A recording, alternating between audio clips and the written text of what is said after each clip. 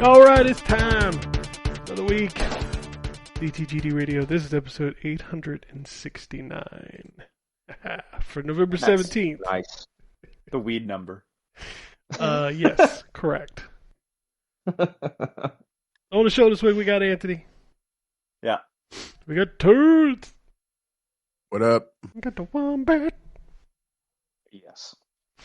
We got assholes in the chat.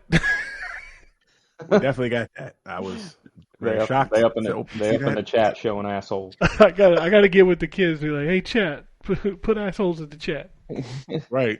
Can I get some assholes in the Can chat? I get some assholes in the chat? You can make an Amazon Alexa commercial.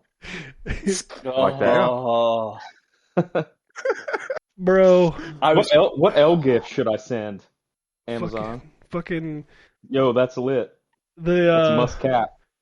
Watching football, there's three commercials that Amazon runs. It's for working there, and one of them is they talk about how much they make, and it's his dad and his kid, and every fucking time it's like, what cone do you want? Mega cone, and my son's like, what the fuck is going on? What's a mega cone? He wants the mega cone. What's the mega cone? Well, think of a cone. And then one that's megarer than that. Megarer. Yeah. Yeah. That's yeah. Oh, I can see it in my head. I can see it. Jesus Christ. Commercials are messed. Although Amazon does have great commercials. Like they do those every year where War of the Worlds. They get the dramatic actor to read Amazon reviews. Oh yeah. Oh yeah. That one's good. Yeah. This year it's Benedict Cumberbatch. Nice. They got Sherlock out there. I was going to say Doctor Strange, but he's more known for that. So, well, I mean, yeah, Marvel's kind of big.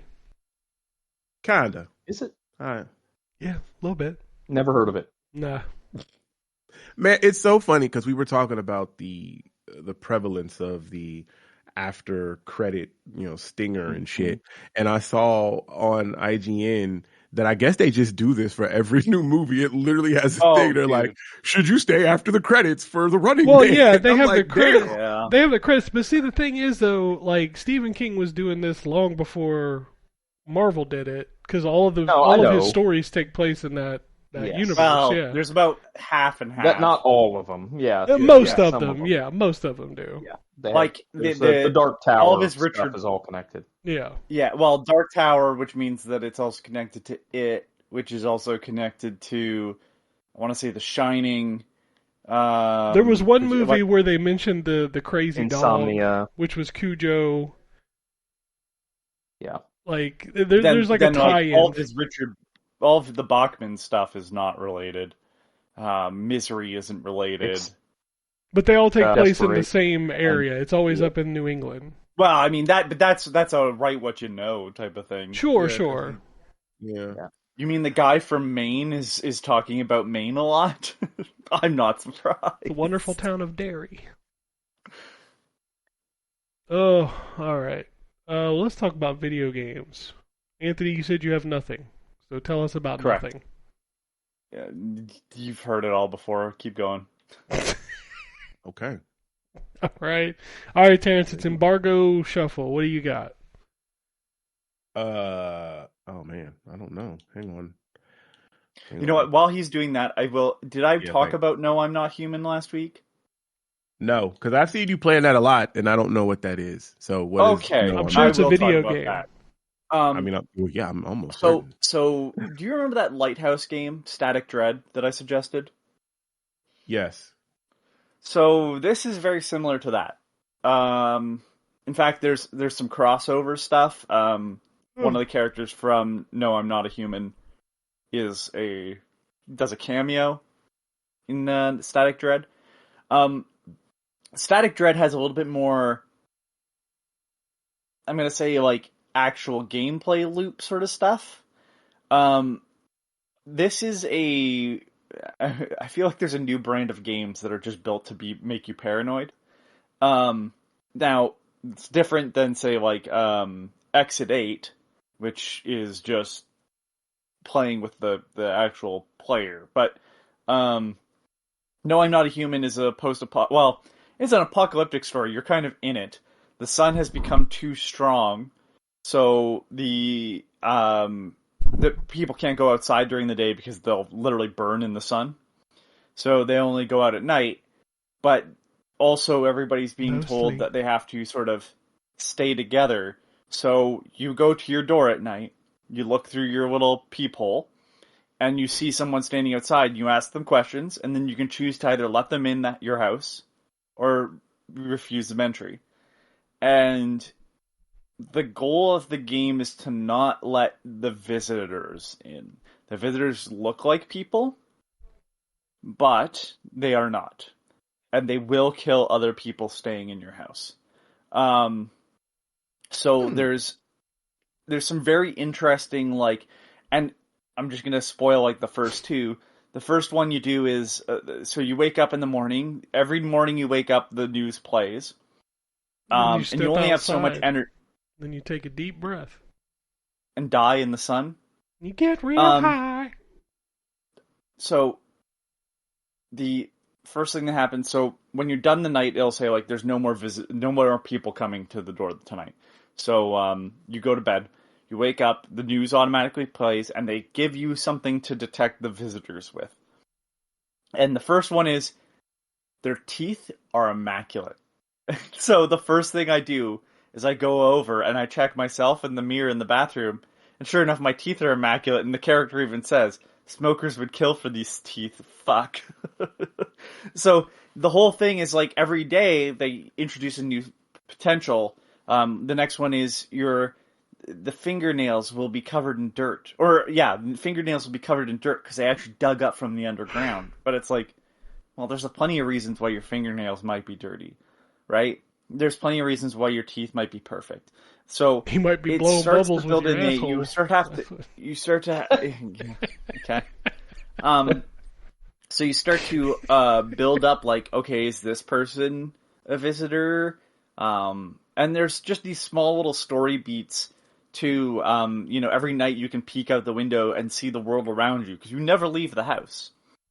You can make phone calls during the day, because your talking is free, but you only can check, at first it's 2.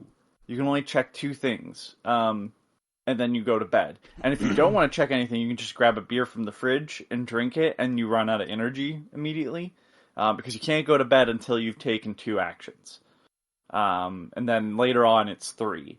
And who's together, and, like, every character has a bit of story too. Like, if you talk to them each day and keep them around, they'll tell you a little bit more about themselves. It's really well done for a game that doesn't have really a lot of animation with it, because you do have a 3D house you walk around in, but as soon as you open a door, it just shows you everybody in that room, and you can click on them and then either check them or talk to them. There's some weird shit. There's some weird shit in this game. Like some really messed up stuff. Just the stories of people getting paranoid and not distrusting each other. And unfortunately, a very accurate take on humanity, but very well done game. I've been interested in it because of its unique art style. I ended up picking up Static Dread because I didn't realize that game had come out. I didn't realize it was done, so I picked that up recently too. But No, I'm Not a Human is quite unique in terms of, like, it's the aspect of The Thing, the movie John Carpenter's The Thing, that isn't really explored in the game, because that game still has to be action-based. You do a little bit of testing on each other, but you can just kind of break it by testing yourself.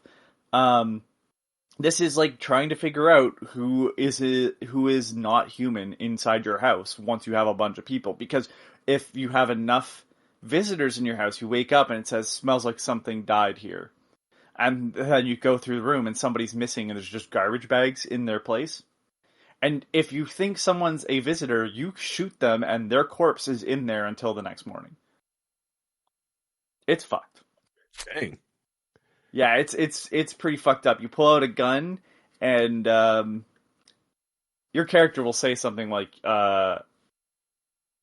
something snarky almost, or like kind of crazy sounding. And then every couple days, this is the big sort of catch. Every couple days, some events will happen at your door. So one of them is like a fortune teller. He'll kind of explain stuff you should do to you in very vague terms. Like he says, you need the cat. Get the cat inside your house. And the lady shows up with the cat, but like you look at the lady and you're like, oh, clearly she's a visitor. Like she's there. This is unhinged. There's a the FEMA I don't even know what you want to call them, the soldiers or whatever, come to your house and will take people in your house away and not bring them back. And there's a visitor who will come by your house, and if you are alone, he will kick down the door and kill you and end your run. Jesus Christ!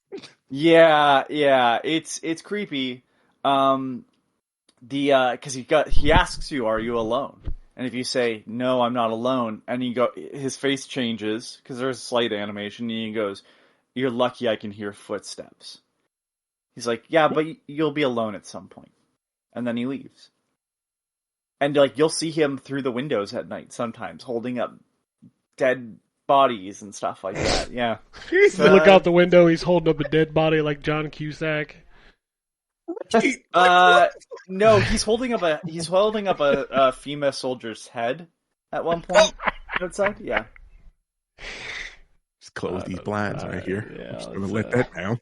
Yeah, well, no, like the worst part is like pull my curtains closed. Fuck this. The tutorial is your neighbor coming over, and kind of explaining the mechanics actually I will say this, the tutorial is very well done, because they make it very organic. It doesn't come off like a gameplay tutorial. It comes off like a story.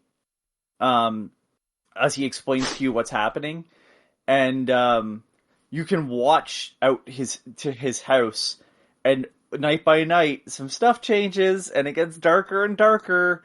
But it's very well done. You can call him during the day and like get the full story of that neighbor, and very, very impressed how well the story is done.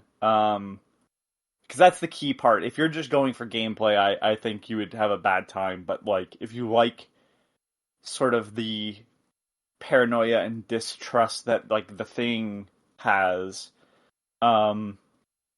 this is essentially a very easy but weird and dark and restrictive sort of take on finding out who is not who they say they are.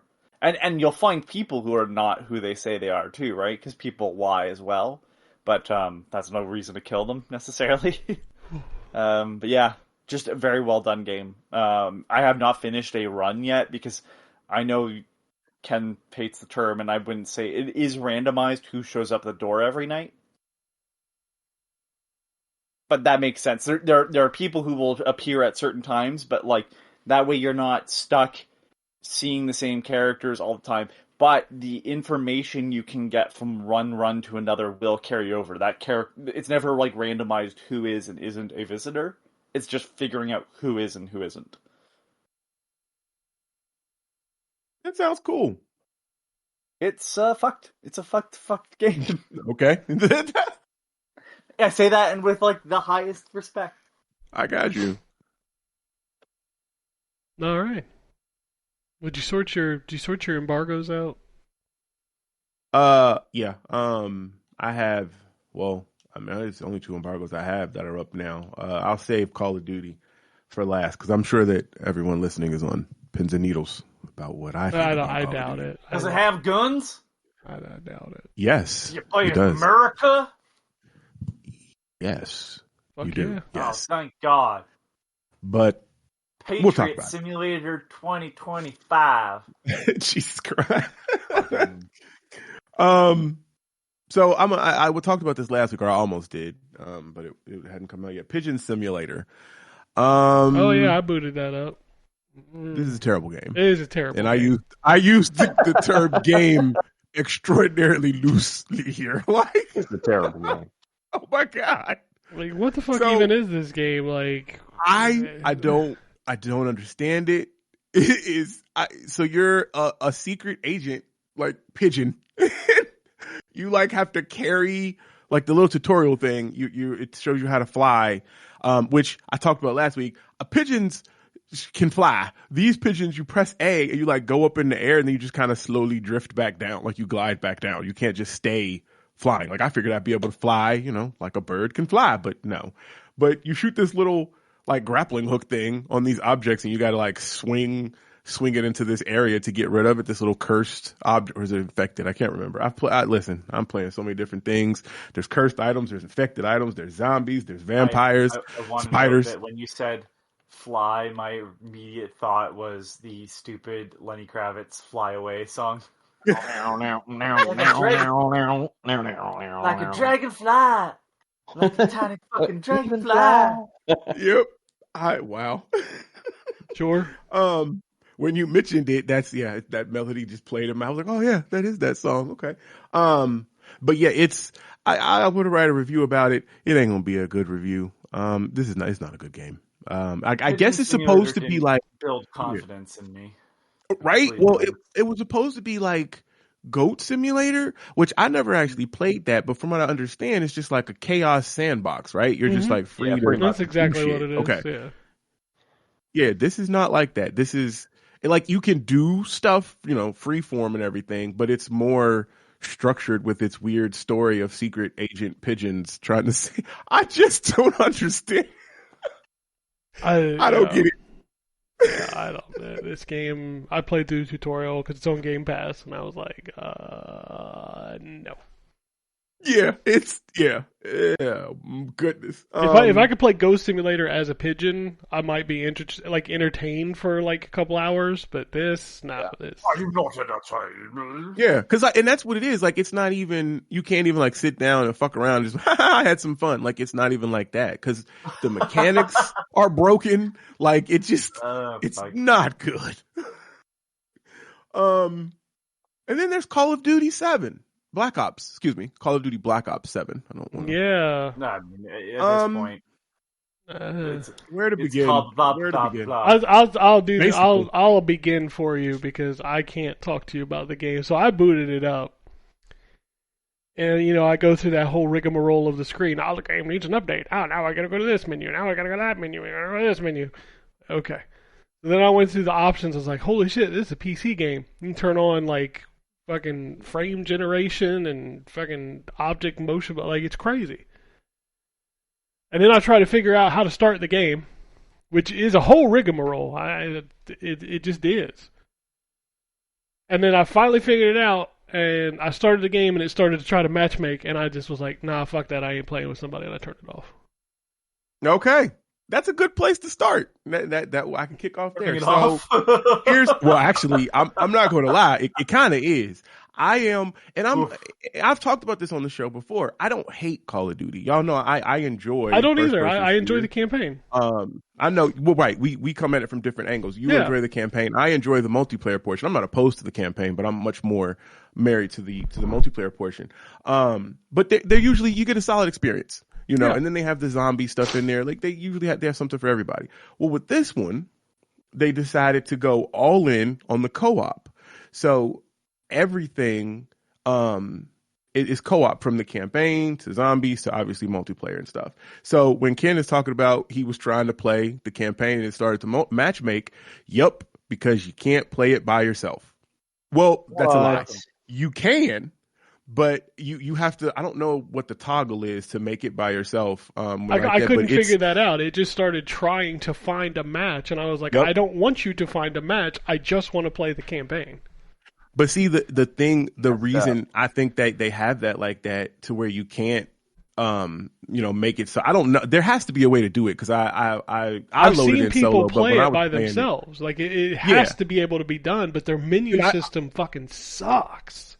And that is because the game's menu system is 100% just the multiplayer what do you call it, UI, menu system, whatever, that was typically just in the multiplayer section. Now that's just Call of Duty Black Ops 7. Period. Isn't like it you just go Call from of each Duty? thing. Like, because I'm looking at it on my like list of played games. It says I have achievements in it, so I'm assuming it's just like all of Duty. Well, so they a few years back they compartmentalized it and put all of Call of Duty in one house. So it moved all of your. I think it started with one of the Modern Warfares because there's a couple of outliers, but going forward, it all is just in this one thing. So it's going to have your achievements if you earned them in, the game that came out 3 years ago. It's going to show up on this list, and they just constantly update it or whatever. It was so funny because when I booted it up, like on the flash screen at the beginning, it's like Call of Duty Black Ops 7 is here. I was like, no shit, I just booted it up. Right. Like, yeah. And then that's where you get that screen where you can pick which Call of Duty you want to go into, whether it was Black Ops 7, 6, Modern Warfare 2, whatever. But okay, so everything is so let me just start with the campaign. So I played by myself because I played it in the review period. And while, we could link up, there was, they set up a system where we could get with, some of the other reviewers and play it. I ended up starting it kind of late at night, so I went in by myself. So obviously I didn't find anybody. It was only for a day, by the way. For a day. Yes, it was. And I will say that we were told that, they're clocking this game as having over 4,000 hours of content across its myriad of modes. And so they was like, yeah, we can shoot this day for y'all to review it. Yeah, you get a day for 4,000 hours of content. Like, who the hell you think I am? Like, So the campaign, we're going to start with that. It's not a good campaign. The story is, so if you're familiar with the Black Ops stories, they are really good kind of political thrillers, and they kind of mix in some like sci-fi zombie weird shit towards the end. But it kind of starts off as like a real world, real gritty kind of, this government against that government, you undercover doing this shit or whatever. And then, this doctor is making this serum and zombies have come and you hallucinate and all this other weird shit. Those games were good. The evil politician is played by Kevin Spacey, and they are all pedophiles. Christ. You know what? I actually that one, and not because Kevin Spacey, but that Call of Duty was actually one of my favorites, and actually I want to go back to that. That's the one that started. One, actually. That's advanced. Yeah. Is that advanced? That is advanced. Yeah, that's what I thought. Yeah. I've liked most of the campaigns. I kind of, when they went strictly Black Ops, like they started to go downhill for me a little bit. I still think the best campaign is Infinite Warfare. Oh, dude, that campaign is so good. You know what is funny? Everybody has said that to me, and that is to this day. No, I've never played Ghost either. Call of Duty Ghost and that one, the space one, is the only ones I've never played. You can skip Ghost, but play Infinite Warfare. It's so play good. Infinite Warfare for sure. It's so good. Well, if they ever put it on Game Pass, I'll. I mean, maybe in the future if Xbox buys Activision. Oh, wait. Oh yeah, maybe that will get it on there. Yeah. So the last Black Ops 6 was the first Black Ops I have ever played. Oh wow, you were probably confused. A little bit, but that's the one with the house, right? Yeah, okay. And also the one with the stupid basement full of mannequins. Yeah, where you have that gas or whatever. It was stupid. I stopped playing after that level. Yeah, I didn't care for that one.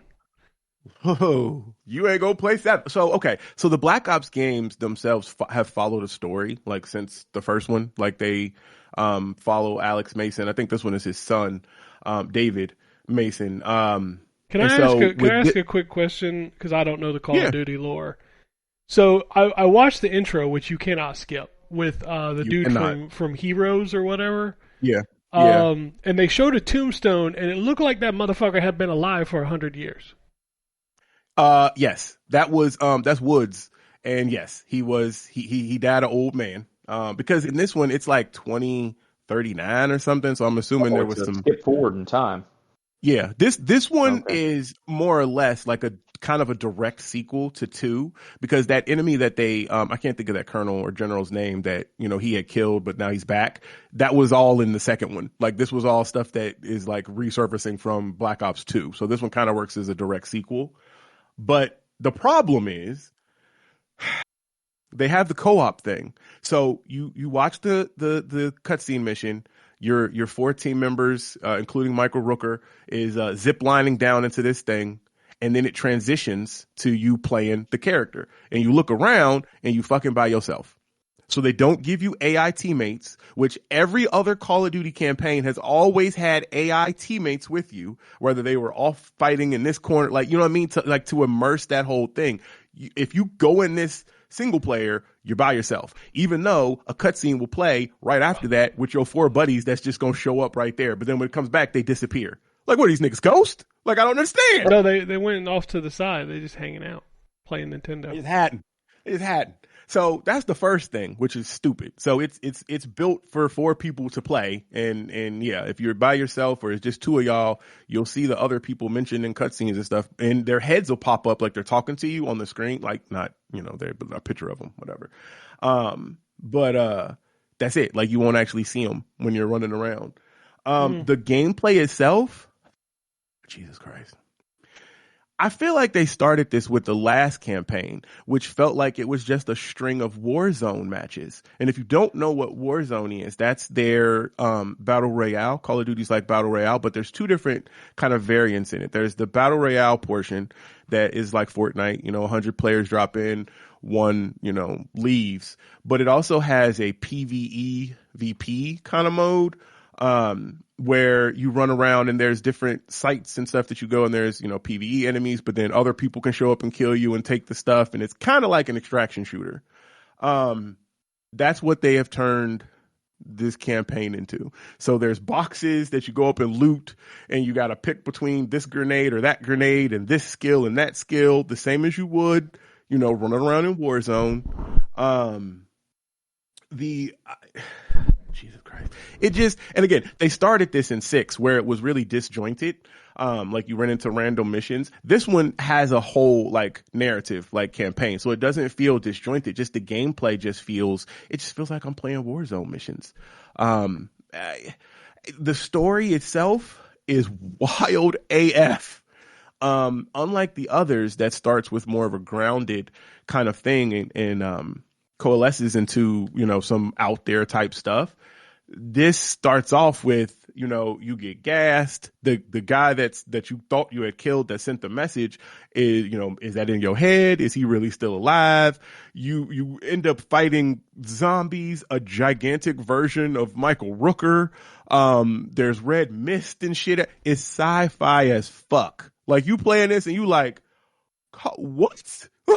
Like the campaign is absolutely bananas and not in a good way.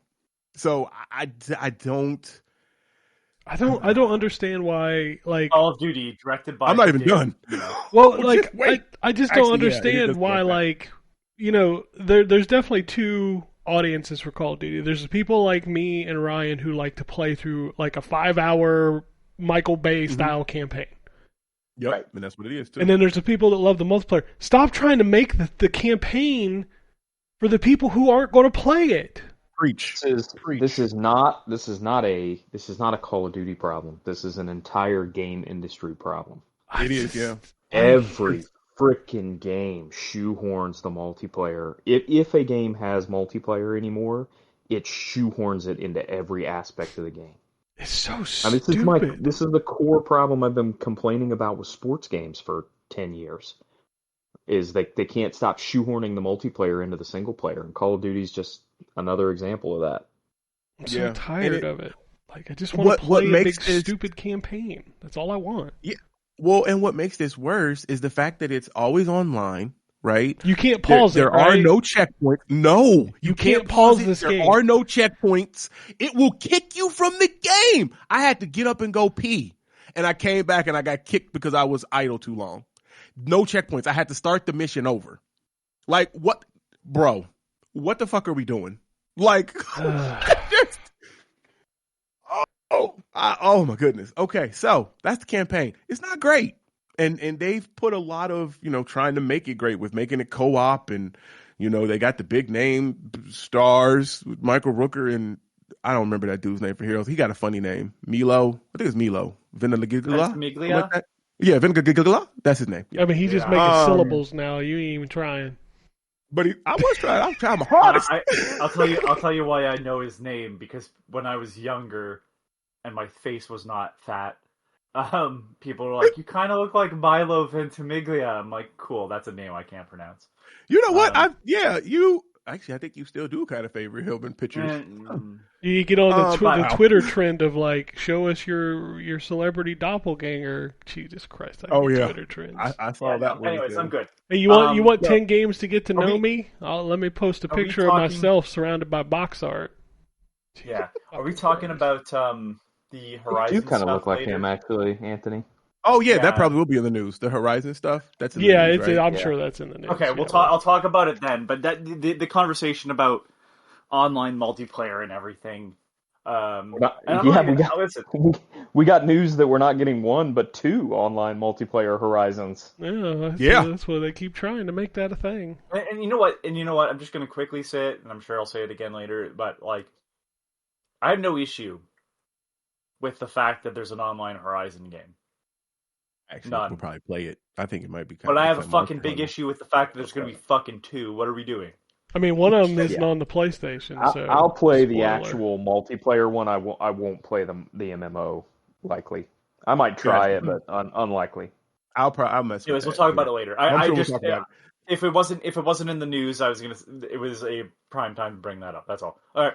Yep. So yeah, the campaign is not great. It's like I said, no checkpoints or anything like that. Zombie stuff is zombies. I mean, it's solid if you're a fan. I've played it, with my kids. I've never really been into it. But there is the big map.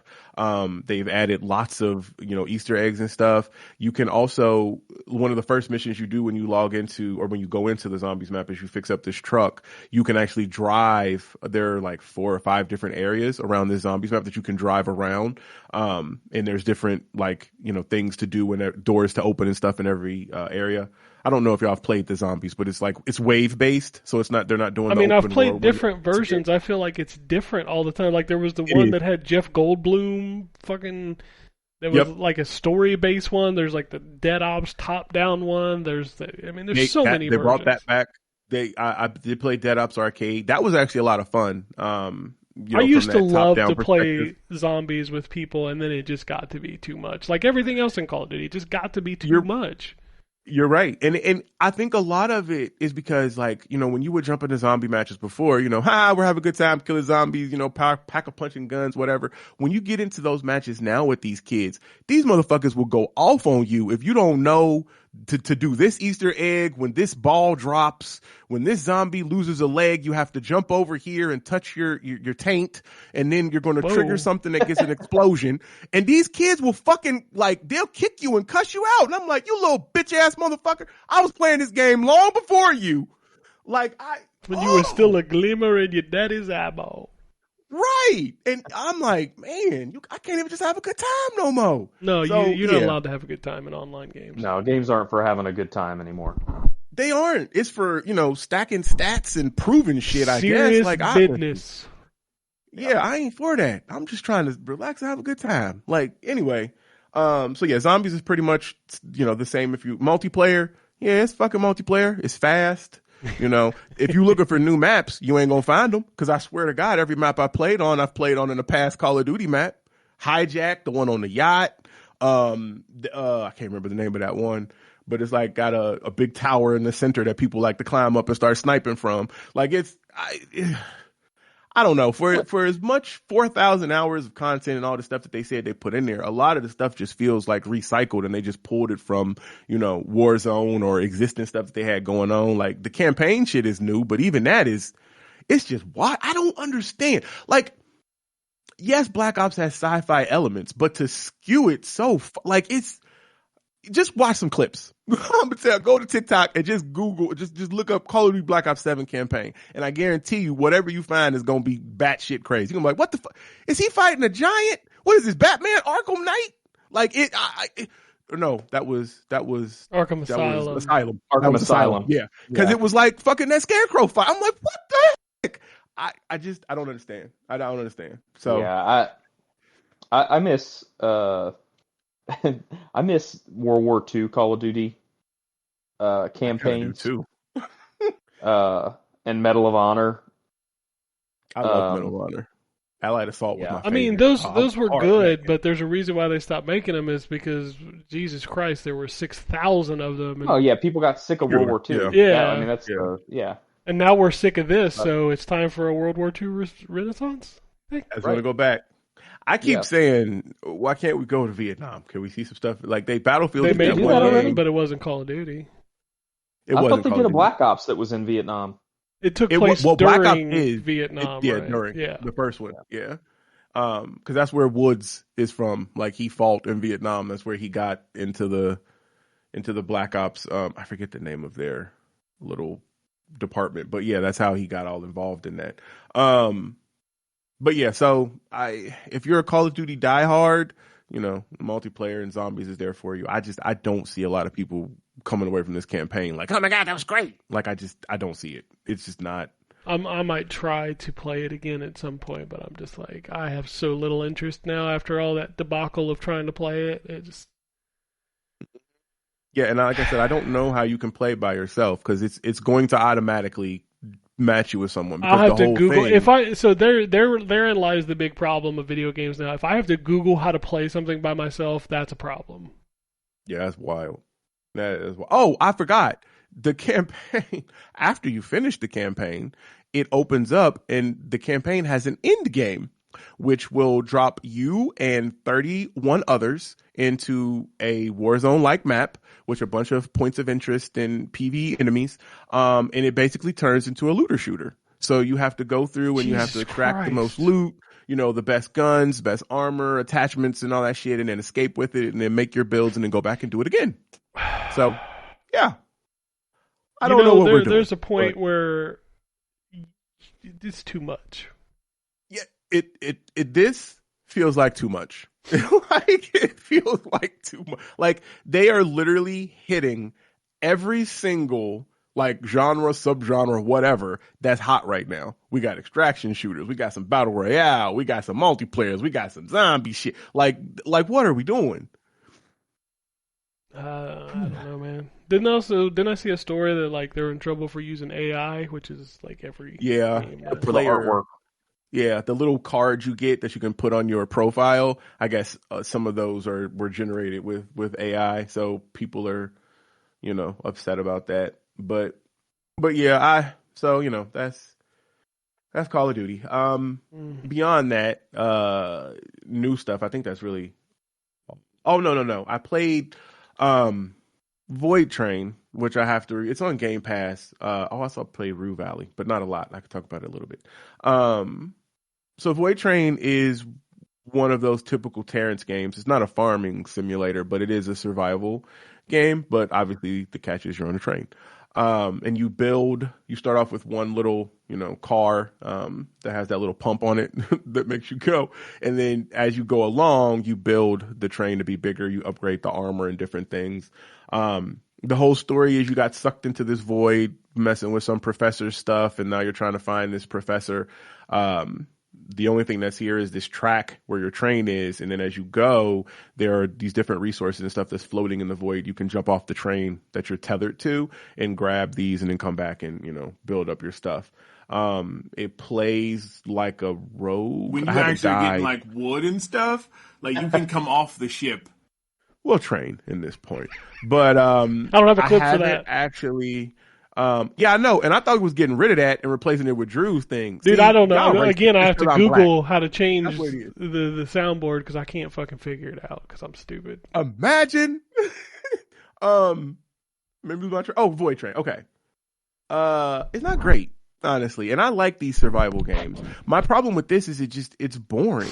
So, in essence, with those survival games, you run up against enemies. In Ark, you had dinosaurs that would kill you and challenges. In this, I feel like all I've done is go down this track, upgrade little bits on this train. There's some little flying shark thing that I can put a couple shots in and then it just flies away. But like that's it. And I've looked at like videos because I'm like, am I playing this wrong? Like what the hell? And everybody's like, oh my God, this is the most exciting game. Look at all of this. Explosions and guns, voids. This is crazy. And I'm like, the fuck am I playing then? Because I don't see any of this. So I want to see those people that are making those statements. You know exactly what they look like. You do. You know what they look like. You know exactly what they look like, Ken. Probably. Have you played Breathe Edge? Breathe Edge. Yes, I have. I like the one with the chicken. Edge. Yeah, the one with the chicken. Yeah, I'm waiting for the sequel for that one. Yeah, I like that one. I was gonna say because if you haven't played that, I think that'll be something you'll like. Yeah, that one was good. I'm waiting for the sequel for that one. Yeah, and that actually they're very similar too. You're right. But yeah, so I'm gonna have a review for Void Train. I don't know. I'm gonna mess with it a little bit more, and hopefully it gets better. But right now, I'm more than anything, I'm just bored with it. Cool. And I played Rue Valley for a little bit that I'm reviewing. This is the one that I sent out for I think Ryan and I think Anthony would like it. So it plays. It's an Owlcat Games, which they were the ones that made that Warhammer, the Rogue Trader CRPG, and this is. It feels like this is a CRPG as well. Like it plays like that one. Oh God, I can't think of the name of it. You're like two cops in the Illusion Fields. No, that's not it. Damn, it was super popular. I can't think of what it's called. But it's Sam and Max. Disco Elysium. Disco Elysium. Yes, that was Sam and Max. He ain't wrong. It's two cops. You're not. You're right. You're right. I love the Sam dog and and Max, a man. rabbit, but it's still two Back cops. in the day, that was good shit. Lucas Art Games. But yeah, so in this you play. I gotta correct Ken for a second. Sorry, pause for a second. I gotta correct Ken. He's not a rabbit. He's a rabbity thing. Oh, fuck off. I think he said that actually. Specifically, that is the reason why he's... Take your anthropomorphic obsession and go fuck yourself. Damn.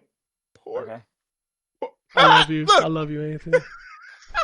I hope the frogs come back next year. You fuck. And this time they bring turtles.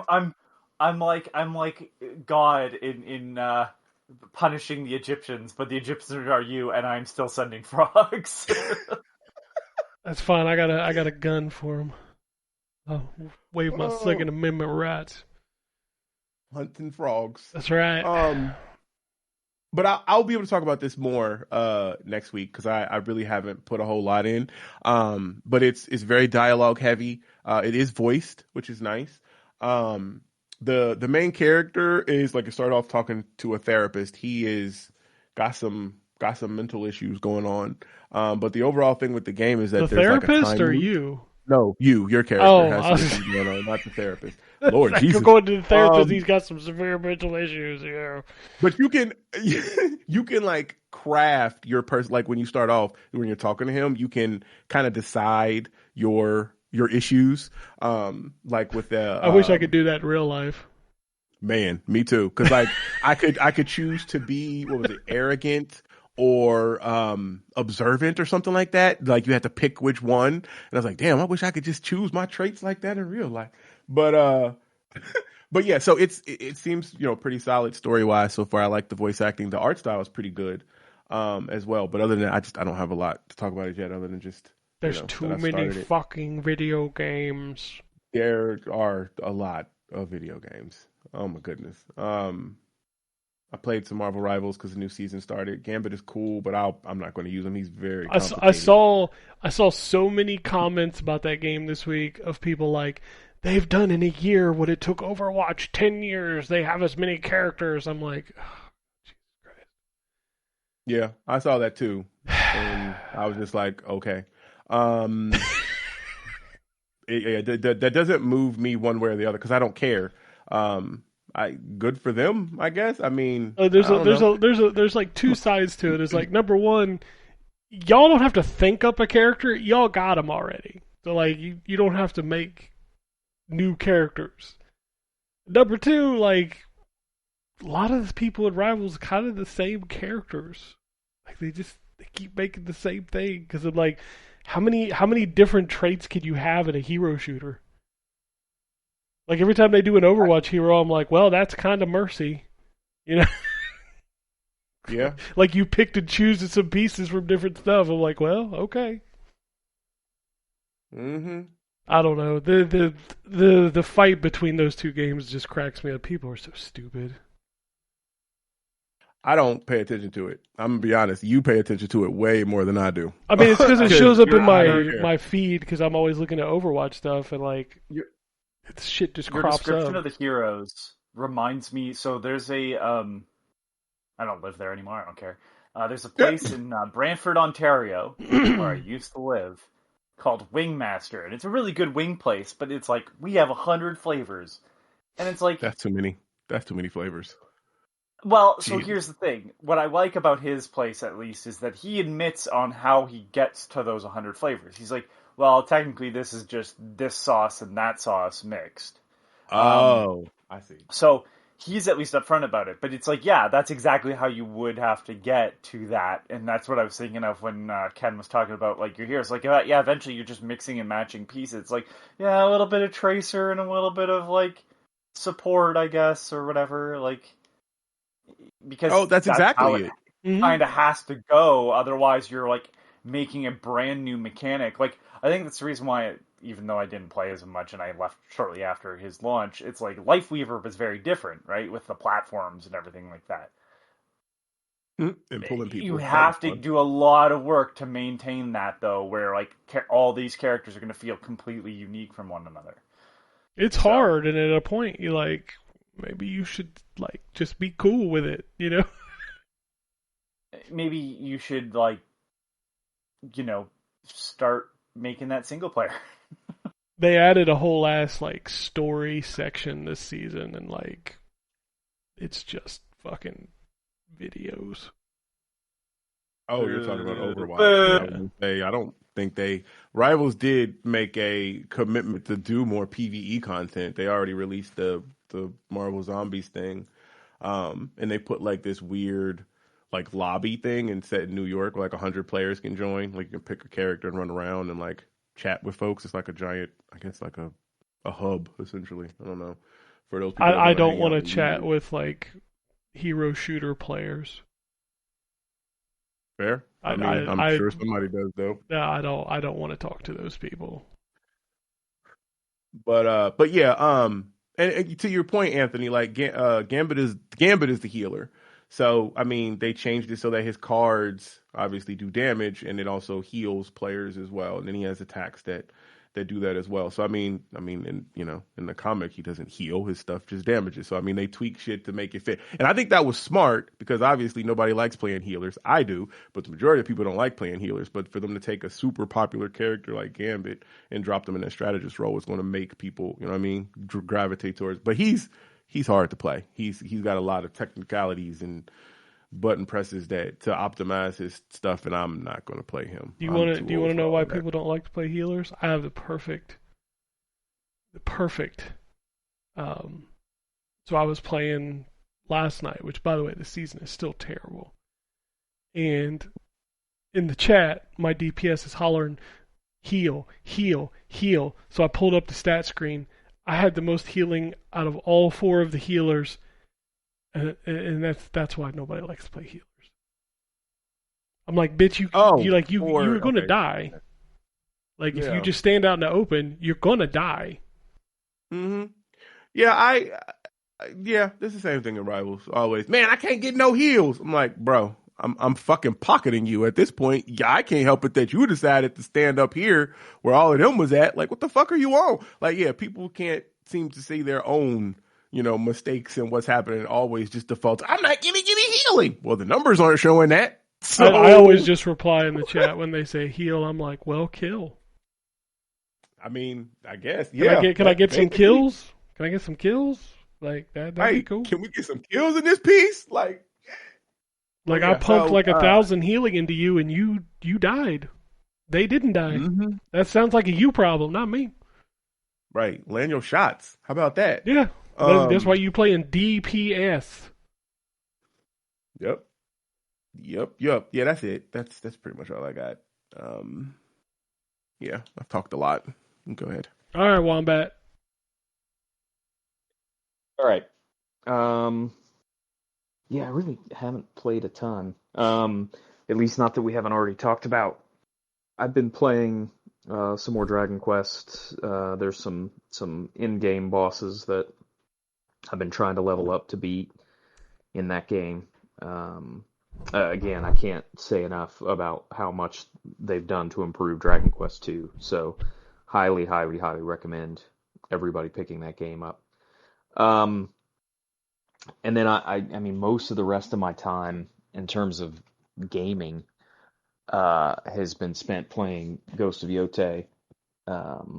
I'm quite a ways into that. I don't know. I guess I can check and see how many hours I am into it. 36 hours into it. Man, I love that game. It is so good. And I know it's kind of silly to compare the two. I think I said it on here before, but I feel even more strongly about this at 36 hours. I think it's so much better than Assassin's Creed Shadows. I think that the story is much more focused. I think the game is much more organic. Assassin's Creed Shadows feels very much like a video game, and I don't always necessarily mean that as a positive. It's very Assassin's Creed, right? And it's the more the Assassin's Creed series has gone on, the more it sort of has its own tropes that are very gamey. And I feel like this game is much more organic. The first Ghost of Tsushima was like that too, right? It was very much the, follow the wind, figure out where you need to go next, and you've got you follow a fox to find this. It's very, very centered, and I don't know. It's very spiritual, I guess is the way to put it. And this game's got that too. So I do like how it almost feels like each area is almost like a season of a samurai-themed TV show or something, where you've got, and you're looking for six people, and you don't end up with 15 other circles, by the way, in this game. But you're looking for six people that are scattered throughout the island, and every area you kind of get a new weapon that you can learn how to use, and that usually comes with a teacher who sort of becomes a partner or whatever for the time that you're in that area. And so you get some very specific stories around those characters as well as the villagers or whatever in the area. What I did second, it's not linear, so you don't have to do it second. But the area that I did second was the area with the Oni, and it's just a really cool area visually. The whole game, it looks awesome, and like Ghost of Tsushima uses its art style very well. It's much more visually interesting than most games, I think. So I'm really, really enjoying it. I can't wait to play more of it. And then I've got the new Kingdom Come Deliverance DLC on tap too, but I'm gonna try to finish Ghost of Yotei before I go back to that. Nice. That's really it. I haven't had much time to play anything else, so. All right. Been a busy couple weeks. Oh, let's see. What did I play? I got the GameCube controller for the Switch 2. I love the little things Nintendo does. It's one of the things I love about Nintendo. So when you have that controller and you boot it up, it like you can do it with the Pro controller or any other, but like if you have that controller and you boot up the GameCube app, it actually does the little intro from the old GameCube, which I thought was cool. It also shows that you have the controller when you're playing in there, and all the buttons are show up as the GameCube buttons, which is really nice. So I was playing some Soul Calibur, which maps so much better on the GameCube controller than it does the Pro controller, and the same with Wind Waker. So I was playing those. this weekend. I played a little more Hyrule. Can I just quickly jump in on that GameCube controller? Yeah. One thing that the original GameCube controller, and obviously this one,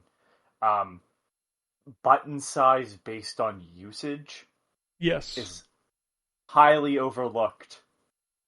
I am irritated that all the buttons are the same size, and I use usually 2 far more frequently than I use all 4. I think if I had And one... the GameCube is perfect for that. Yeah. I think if I had one gripe about this controller, and this is completely exclusive to this version because it's on the Switch, is they added a ZL button. You know how the original only had the R and then the 2 triggers. So it adds the ZL button, which allows you to suspend the thing. It's really hard to press. It's very small and very thin. And then all of the home and screenshot and the stupid C button are on top of the controller. So that takes a little getting used to. But otherwise, I think it's fantastic. A little pricey, but I'm enjoying it, especially since there's only like 6 games in the GameCube app right now. It's like, you bought a controller for 6 games. I guess you can use it with Switch games, some of them. Like, I bet a lot of people probably play Smash with it or something. Oh, I'm sure. Yeah, Smash people are, they're weird. They do some weird stuff. What else did I play? So I'm playing a couple games that are coming out this week that I can actually talk about. The first one is called Japanese Drift Master, and it's exactly what it's called. It's like an open world game where you could drive around and get into like drifting events. This game is serious business. So like when you start up the game and it's like, how do you want to play? Like there are 4 options for shifting gears. Like, you can make it so you have to step into the clutch with your switching gears. Like, you can get crazy detailed with the simulation in this. The controls feel good. They definitely take some getting used to because it is very realistic in the sense. Like, you can even set whether you want to, like, how you do reverse. You can either set it to where you just hold the button, or when you fully come to a stop, you have to tap it again. Like, they do some serious, like, control schemes with this game. Visually, it looks good. The frame rate's a little herky-jerky at times. It can definitely drop, which is not great for a racing game. But the world does look good. The races are fun. I've only played for like an hour or so, but so far, I think if you're into that stuff, it gives me a very Initial D vibe. It's got these, like, anime, like, comic book cutscenes that tell the story. It seems to be achieving exactly what it set out to do, and I think people who are into those kind of games are really going to enjoy it. The other game I played that's out this week is the new SpongeBob SquarePants Titans of the Tide. The SpongeBob license is weird because, like, doesn't another company make, or is it all THQ, or am I misremembering that? I think it's all. I thought it was all THQ that does the SpongeBob. THQ, yeah. Okay, because I felt like somebody else made that. What was that remaster that came out a couple years ago? No, it was THQ. It was Nordic. Yeah. This one immediately, like, visually, is one of the most stunning interpretations of SpongeBob I've ever seen. Like, it is visually that's the design that they used when they do live action / 3D animation. Yeah, it looks really, like it looks really good.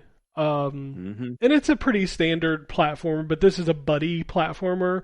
Once you get through the first, like, couple levels, you get the ability to switch between the 2 characters, and they have different abilities. Like, Patrick can, like, go underground and dig up stuff, and, like, the level designs are good. Like, this is just a solid ass platformer. That if you like SpongeBob, I guess that just enhances it, you know. So, yeah, I liked the demo. I played the demo. Yeah, it's really good. Like, it's one of those things where it's like, what else do you say about it? You jump on things and you collect coins. You know what I mean? The combat is fine. I love the idle animations. Like, SpongeBob will do the chicken thing where he, like, goes out. I mean, it's all voiced. It's the story is like these aliens invade the Krusty Krab and like they're trying to get burgers. It's really good. Like, I don't know. Like SpongeBob is secretly one of the like most consistent platformers like in gaming history. It's kind of crazy. I play the normal stuff. Playing some more Dusk because Dusk is the best boomer shooter. You should play it if you have not. I finally started getting into Power Wash Simulator. You ain't kidding, man. Soap is a game changer. I'd never used it in the first game because it cost money. Mm-hmm. And like using soap in this game, like press triangle, shoot soap, man, shit comes immediately off. Like it's oh my god, it's a game changer. Mm-hmm. God Love damn. I've done the first three levels. So I did the car because you always start with a car. And then I did the bathroom, which was cool because like it comes up out of the ground after you do the bottom. Yes. That was cool. And then I did the log cabin with the fire. So I've done the first three. So the next up is a full ass house. So that's my next level. It's good, man. Yeah, it's really good. I think that's most of the stuff. I'm playing another game I can't talk about, which is weird. I don't know why. I need to go back to Outer Worlds. Like I was really enjoying Outer Worlds 2. I need to go back to that. Yeah, I do too. I'm giving it a break because of all the other stuff. Yeah, there's just too many games. Oh, I know something I wanted to talk about. So that game that's coming out, Where the Winds Meet, it's finally out, so I can finally talk about this experience. I did not play it, and I'm going to tell you why. So they sent me a code. I downloaded it. I booted it up, and it's like, okay, well, you got to create an account. This is pretty standard stuff for one of these free-to-play online games, whatever. So I create an account, and it's like, okay, now you got to link your account. I'm like, oh, okay, whatever the fuck. So it gives me a QR code. Take a picture of it. Link it. It loops back and says you got to connect your account again. It gives you like 4 options. It's like sign in with your NetEase account, sign in with PlayStation, sign in with Google, all that stuff. So I'm like, okay, so I tried it again. Does the loop again. Like, okay, let me try a different service. Did that. Looped again. I could not sign into this. It starts playing the intro and then asks me to log in every fucking time. Eventually I just deleted it. Nice. Like, I mean, I spent an hour trying to log into it. And then I saw people playing it and posting videos on Friday, and like in the intro, like the game like has a seizure and like breaks. And I'm just like, well, okay. Like, what do you do at this point? I don't know, man. Video games. It is really true that video games are like, if you don't catch me in that first like hour, you get forgotten. See you later. Yeah. There's too many of them. Yeah, there's too many of them to yeah. be fucking around with all this stuff. It's like, I gave it a shot. It's a free-to-play game, so like, I don't feel bad that I'm not going to write a review for it, because like, dude, you can just go fucking download it, whatever.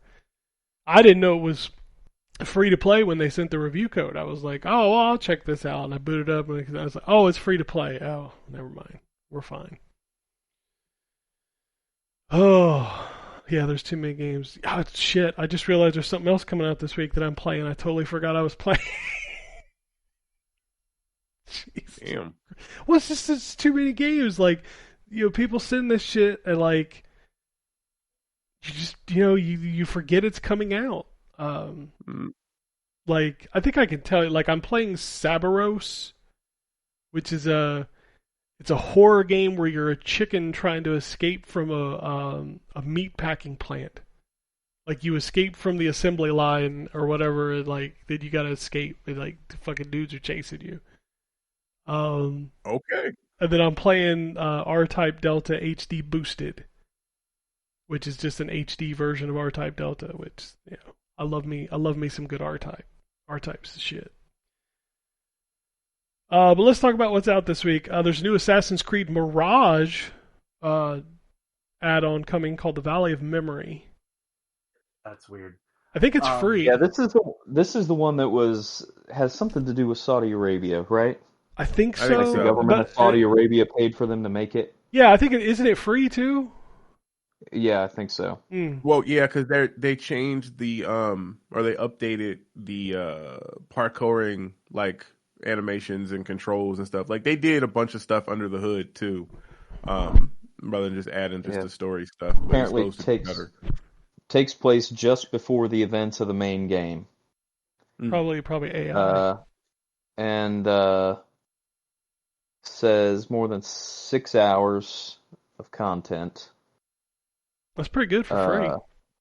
Actually, yeah. Interesting. Yeah, we'll see. I enjoyed Assassin's Creed Mirage, which is one of the reasons why I thought it was that Shadows did such a disservice by basically completely ignoring everything that happens in the present. Yeah, I agree. In Mirage. So I'll be interested to go back and play some more Mirage. Frostpunk 2 Whiteout Edition, Morsels, My Sims Cozy Bundle, SpongeBob SquarePants Titans of Tide. Also, Sonic Racing Crossworld SpongeBob SquarePants pack is out this week. So finally, a new fucking track. Warhammer 40k Space Marine 2 Ultima Limited Edition, Demon School, Last Shot Arcades, Bus World, Cat God Ranch, Neon Inferno, which I've also been playing, which we've talked about that. That game is fan-fucking-tastic. If you haven't played it, you should play it. Outlaws plus Handful of Missions Remaster. I'm excited to check that out. That's at LucasArts that's being remade by Night Dive. So yeah, that was a good game back in the day. Yeah, I'm excited to check that out. I unfortunately do not have that early, but I'll be checking it out this week. R-Type Delta HD Boosted, Cerberus, Samurai Academy Paws of Fury, Solid Void Art Nonograms. Okay, nonograms are fun. Yeah. That's the Picross, basically. Yeah. Airy, another Airy game, Peace of Mind 4. So a fourth version of this Airy, particularly. It's fucking hilarious. Jesus. Chompy Chomp Chomp Party Ultimate Tournament Edition. Croc's Dynamite Blast. Not the Croc, just another crocodile. It's not the Croc. Fantasy Aquarium. Farming Simulator 25 Highlands Fishing Edition. Japanese Driftmaster, One Piece Pirate Warriors 4, Sailing the Winds, and Terrifier the Artcade game. I get it, Artcade. I get it. Didn't know they were making a game for that, but all right. I haven't even seen like a screenshot of it. I'm assuming it's a side scroller, but I have no clue. Stalker 2 Heart of Chernobyl's coming to PlayStation 5 this week. Anything else for PlayStation 5? Super Robot Wars Wide DLC 1 Contact from the Darkness. Sure. Squirrel with a Gun is coming to the Switch 2. Hades 2, I guess that's the physical or 1.0? Is that this week? Is it at 1.0 yet or is it not? I don't know. I didn't think it was 1.0. Maybe it is. Well, this might be the 1.0. I don't know. That might be it. And then Kirby Air Riders is out this week too. Oh. So that game with all the directs. Yeah, well, they did another didn't they do like a demo this weekend too? Like people could play it? Oh, I didn't realize that. I didn't know that. I think they did. I don't know. I might be wrong. I have not played it. Maybe I'll check it out this week. I don't know. And anything funny? Anything funny on the old Switch? Not really. I don't even know if they list those games anymore. Or maybe they just have names that don't sound dirty. So that they can... That could be. There's a game on this list called Hula Hula Wii. Hula Wii. Yeah. I don't... Sure.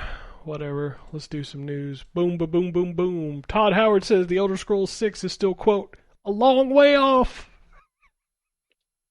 Wow. Huh? Oh, shit. Looks like there's a rumored Fallout 3 remaster is in the works. Okay.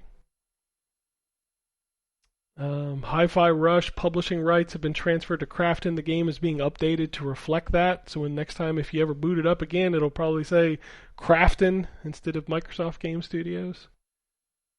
Which the only thing that means is that they're going to take it off Game Pass. So if you played it there, then you don't get to play it no more.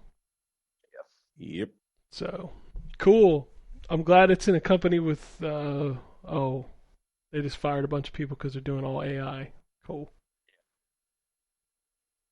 5 more Blizzard titles added to Xbox Retro Classics, RPM Racing, Rock and Roll Racing, The Lost Vikings 2, North by Northwest, and Blackthorn. You know, that thing would be awesome if you played the games natively. Yeah. But you don't. You stream them, and it's fucking awful.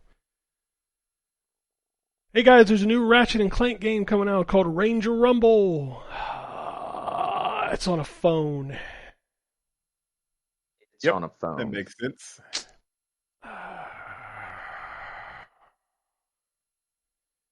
Your PlayStation Extra and Premium games for the month include GTA 5, Insurgency Sandstorm, Still Wakes the Deep, Pacific Drive, Monster Jam Showdown, The Talos Principle 2, Thank Goodness You're Here, MotoGP 25, and Tomb Raider Anniversary. Also, after the announcement of a Red Dead Redemption update, that game is also going to be in the Plus Extra tiers. Which I don't think, we give companies a lot of shit. I don't think people give enough credit to Xbox for their backwards compatibility shit. For the fact that if you own the 360 version of Red Dead Redemption, you're getting this new version for free. For a game you bought, how old is that game now? 15 years old? Yeah, it's wild. It's not that old. Oh yeah, I guess it is. Yeah, it's pretty old. Yeah, no, it is. You're right. It is exactly 15 years old. The fact that if you bought that 15 years ago, you get a free upgrade is pretty fucking cool. And you can't do it on PlayStation because you can't play PS3 games on the PS5. That's crazy. PlayStation held a State of Play Japan this week where they announced a digital-only PS5 console for $355 for obvious reasons, probably because Nintendo is beating the shit out of them in Japan. I don't have a list of the games that were shown at this thing, but I'm going to be real honest. Outside of Marvel Tokon, everything... Even Marvel Tokon is we knew about that. We knew about Fatal Frame. We knew about a lot of these games. I don't remember anything being announced here that was oh my god. Yeah, no. Did anybody else even watch it? Nope. I saw some of the clips, but I didn't watch the whole the actual show. Do you remember anything that was I'm trying to think of something because I don't have the list in front of me, but I can't think of a damn thing. Hold on, let me look back through. I know they showed Dragon Quest, which I'm sorry, I still have a big problem with those faces, man. Jesus Christ. I actually think that looks cool, but they showed the Blaz Blue Entropy Effect, which the side scroller. Yeah. I think the Dragon Quest 7 character models look fine on everybody except the kids. It's the kids, the faces are too big. These motherfuckers look like the Garbage Pail Kids movie kids. They freak me out. Well, they're trying to replicate the art style. So, freaks me out. Hold on, I was trying to find the notes. While you're looking at yours, Dynasty Warriors Origins had a DLC. They announced just getting a DLC. I thought was cool, and then the Marvel thing. But it wasn't a whole lot at that show. Oh, I think we got the Octopath demo. The Octopath Traveler. We did. Okay, so the shadow drop of the Octopath demo. Okay, that's cool. Yeah. Because I downloaded that. I haven't got to play it yet, though. But yeah. I don't know. I just remember seeing, the predictions of, this is where they're going to show Bloodborne and Astrobot DLC. And it's motherfucker, you get nothing.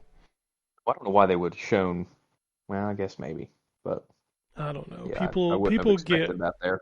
like PlayStation, every time PlayStation announces a show, people put up these lists of like, here's what I think we're going to see. I'm like, you are fucking high. PlayStation ain't got shit. What are you doing? Yeah, the other thing was the Night Rain DLC. Oh, that's a DLC on a DLC. Yeah. It's not a DLC. Night Rain's not a DLC. It's a completely separate game. Yeah, that's the battle royale. Yeah. It's not. Yeah, Right. it's kind of like it's a PvE battle royale. Yeah. According to Sony Group CFO Lin Tao, Helldivers 2 on Xbox helped increase engagement as well as sales for the PS5 and PC versions. According to her, it's doing extremely well on Xbox. It's crazy. Yeah, who'd have guessed that when you put the game on more systems, more people play it? Yeah, you make Right. more money. It's crazy, right? It is crazy. Sony said the Bungie acquisition and especially Destiny 2 hasn't reached their expectations. The level of sales and user engagement have not reached the expectations we had at the time of the acquisition of Bungie. Big Oof. shock there. Big oof. Like, this is when Phil Spencer calls up like, I fucking told you. Right. Y'all cashed out on Destiny when people was really mid on Destiny. Like, Yeah. I don't And then know. Bobby Kotick called him. He's like, I fucking told you. Yep. Bungie ain't what it used to be. Like, people revel for the old Halo Bungie. I'm like, you would not want current Bungie to make Halo either. Just saying. Ghost of Yotei has sold 3.3 million copies as of November 2nd. Which, that number really, like, messed up my head, because I'm like, there's 85 million PS5s. And like, the biggest game they put out this year sold 3 million copies. Well, in 30 days, it sold 3 million copies. Sure, but, like, that's when it sells the most, is, like, in that first 30 days. So, like, I'm like, I could see this thing hitting 5 at the end of the day. I don't think so. I think it'll end up closer to 8 I mean, Tsushima didn't eventually. sell that much, did it? Once you bundle it, and I'm sure there'll be some sales and shit. I mean, bundling is how Horizon sold so many copies, because otherwise nobody had bought that Snorefest. Give me a fucking Probably break. have a Ghost of Yotei Bundaroo this holiday The season. Bundaroo. The Bundaroo. South Park. Yeah, PlayStation 5 announced they shipped 84.2 million units. Which I think is like right on par with PS4, something like that. I can't remember. 5 years, man. Ghost of Tsushima is over 13 million. Okay. I didn't know. I legitimately did not know. Oh, which still is like what? That's 10% of the PlayStation 4 base, right? Because it sold like 116 million systems. Something like that. I Yeah. can't remember. 10%'s not bad. No, I mean, most people buy these systems to play sports games or Fortnite or one or two big ticket games a year. Oh, 100%. Multiplayer games. It just doesn't make sense in my head, is what I'm saying. Like, why would you buy a PS5 if you're not looking to play, God of War or, like, I don't know. If I was just playing Fortnite, I'd probably just buy a PC. You know what I mean? Yeah, we're not the target demographic anymore. No, I know. It just always, like, breaks my brain when I think that. Like, Mario Kart is, like, almost 100%. You know what I mean? It's crazy. What else we got here? Oh yeah, Horizon Steel Frontiers is the new MMORPG from NCSoft. Is not coming to PlayStation 5. It's only mobile and PC.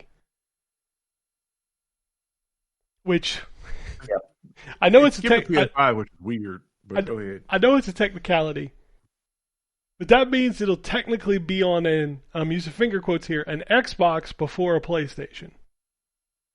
Yeah, that is correct. Everything's an Xbox, though, Ken. I know. Yeah. But this game is So a Sony first party game that's not on a PlayStation. Well, PlayStation's an Xbox anyway, so it's all Xboxes all the way down. I mean, obviously. But it's not on a PlayStation. That's what's crazy. And then Well, they also, regardless, I'm gonna play it. Go ahead. Sorry. I was just gonna say, they also announced the leak that they're also making a second Horizon multiplayer game. So what's this one? What's the deets on this one? I only know about the I don't- MMO. And it's, I really don't know. I think It's it's more of like a. I think this is the one they were talking about before. That was more like a 4-player co-op, story-driven kind of game versus an MMO. got you. Okay. Super Mario Galaxy movie trailer was released.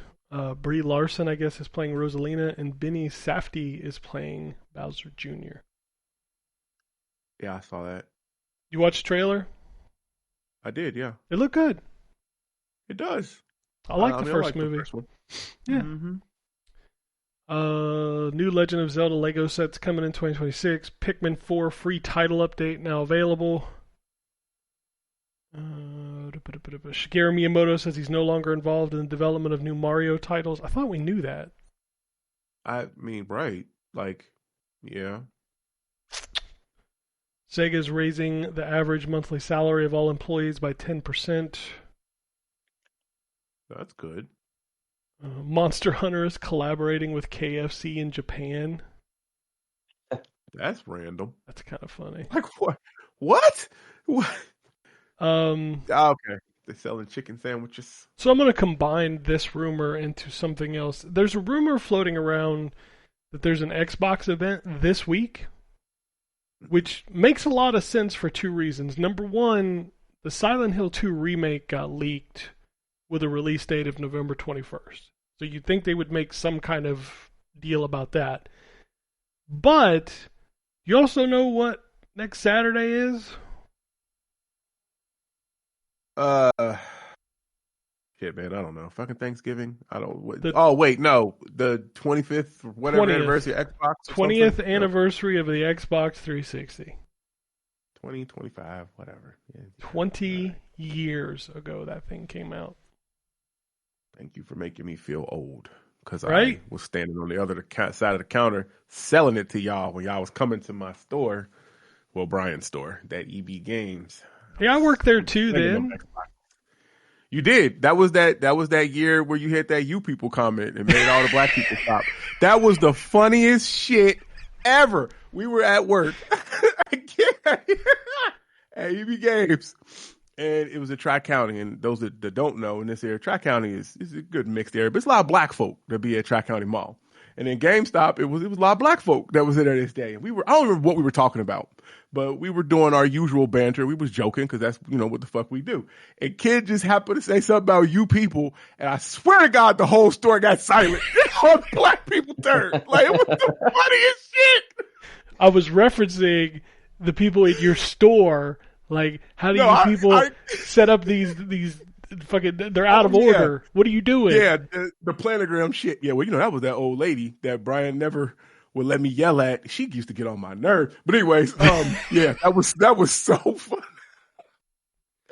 Oh, go ahead. Sorry. No, you're good. But I think we see like Microsoft can't not like at least acknowledge the fact that system is 20 years old this week. Like, come on. Yeah. Yeah, I think I read that thing too that you're talking about. Probably not the same source, but that there was some rumored show that was supposed to be this. Yeah, I heard it was going to be on the 20th.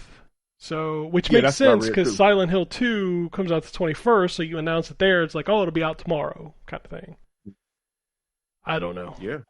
But if Microsoft, oh man, 20 years of Xbox 360, give us something. Like, make us feel good. Make it, tickle that nostalgia button. Come on. Do something. What would you want? I don't know. Ideally. Like, obviously, if we're talking pie in the sky, bring back backwards compatibility. Give me a faux blades thing to play with on the Xbox Series X. Those are pie in the sky. What I think will happen, like, they'll acknowledge it. They'll put up some numbers or something. Like, that's like the minimum that you can do. We'll get a little theme, the little picture. Well, they already have themes like for the 360 and the original Xbox. So like you can't do that again. Like, oh yeah, no, I guess not. But you got to do something for 20 years, man. 20 years is a milestone. Come on. Yeah, definitely is. Speaking of rumors, there's a rumor that Shift Up is reportedly considering bringing Stellar Blade to other platforms, which at this point it's on PlayStation 5 and PC, so there's only 2 more platforms you might bring it to. Yeah, why do we still code that, like, yes, we're thinking about taking it to outside platforms? Nigga, we know what you're talking about. There's only like 2 options. Like, they do that in every, and I guess it's a legal thing. They can't actually say the name or some shit, but it always comes across so stupid to me. Well, we're looking at other platforms because you can't say them. There's a curse on that. If you say it, they're going to show up at your house and eat you or something. I don't understand. I forget what game it was. Or multiple games, but I do know, and I shit you not, this was like uncovered in the trial shit that was going on, that PlayStation used to put that in their contracts that they could release it there later, but they were never allowed to say Xbox. I kind of believe that. It's true, because it came out in the leaks of the court documents. Got you. Yeah, Sony, man, they're petty as fuck, dude. Like, oh, petty. It's ridiculous how petty they are. It's like, bro, you won. Right. Like, you won the imaginary war between you and Xbox, because let's be fair, Nintendo's whooping your fucking ass. Yeah. You won the war with Xbox. It's over. It's cool. Stop being little bitches. Okay? Right. Leave that to your fanboys. Like, they're little bitches as it is. Analog's finally shipping the N64 Analog 3D. That thing's been delayed like 4 times, and people are pissed. Is it the controller? No, it's a FPGA console that plays N64 games. Like Analog is made like Anthony's talked about the Analog Pocket, you know. Yeah, I got you. Yeah, so there's an N64 version that's been like supposed to have come out like 3 different times now, but it's finally shipping on the 18th, so this week. Which is kind of funny because I know, was it that studio that Palmer Luckey opened also has their own N64 FPGA coming out that people think is better. Yeah, but fuck that bitch. Well, obviously. We kind of hinted at this earlier, but Krafton, the people who now own Hi-Fi Rush, have launched a voluntary resignation program open to all employees starting November 12th as it's transitioned to an AI-first company. Oh, I figured Anthony was going to chime in on this one. Okay. He hasn't said anything in a while. I think he's probably. Yeah, that's why I figured this would be his thing. Like, he must be gone. Yeah, he probably went somewhere. But yeah, that's crazy. Voluntarily termination or whatever, because they like that's so messed up. I was fighting pirates, because honestly, that's more enjoyable than talking about some shit ass company being shit ass. Sure, like, it's crazy to me, man. Like, enjoy not having a job in 10 years. All these fuckers that think AI is going to be the thing that's going to, I don't know, fix all their problems or whatever the fuck they think is going to happen, because your entire business was built off of creativity, and I'm sorry, I've yet to see AI really wow me. Same. I've seen like, if it can just do things that people can do, I don't know, I'm more interested in people doing it. Yeah. I tried to explain that to I know my son. they're not, because they would like to not pay people to do things. But, like, okay, I would like CEOs to not have a job, so... Yeah, I had to explain that to my son the other day. He was worried that, like, what he wanted to do would be obsolete because AI was like, creativity will never be obsolete because of AI. It's... How do I put this nicely? And I'm not even, like, remove AI from the conversation, because I just don't think that's ever going to be... I think people will realize it's just not... there's always going to be people that will just... And I know the term slop gets thrown around, and it's annoying, and I'm not trying to use it, but, like, I'm using it in the sense of the shit you feed pigs. It's like, yeah, there'll always be people that will enjoy the slop, but, you know... Eventually, they move like there's the new slop, and so it's never going to be sustainable because they'll just move on to the next thing that just is kind of nothing. So it's one of those like that, but like the reality is the world changes very fast anyways. So it's always a gamble depending on what you're doing. Like I'll even use the medical field where I think we overlook the advancements all too often. It's like, yeah, you might study to be a specialist in something, and that isn't needed because someone figures out how to avoid that, right? Like, just looking at, as I have friends that have like diabetes 1, right? Like you have a pod attached to you now. You don't have to prick your finger every fucking, right? And like someone was probably like, oh, I'll get into designing a better version of it, and someone beats you to the punch or whatever. So it's just like there's always a little bit of that, but the AI stuff is not. I'm sorry, it's never going to overtake. It's only going to overtake in the sense that the capitalism likes not paying people.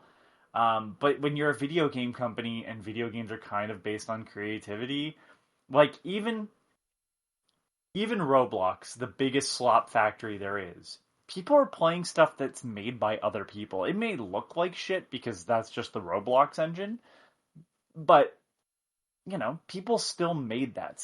People still had their hands in it. Even the shittiest mobile games, right, have people attached to it.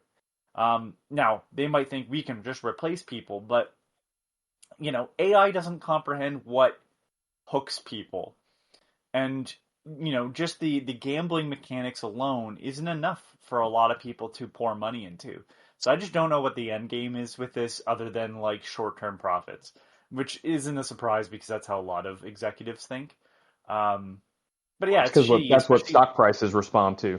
Well, that's great. Enjoy the fucking unemployment line like everybody else that you fucking fired, to replace with AI. Because ultimately, like, I as much as it's like they do end up with the golden parachutes a lot of the times, when they don't, it's fucking brutal.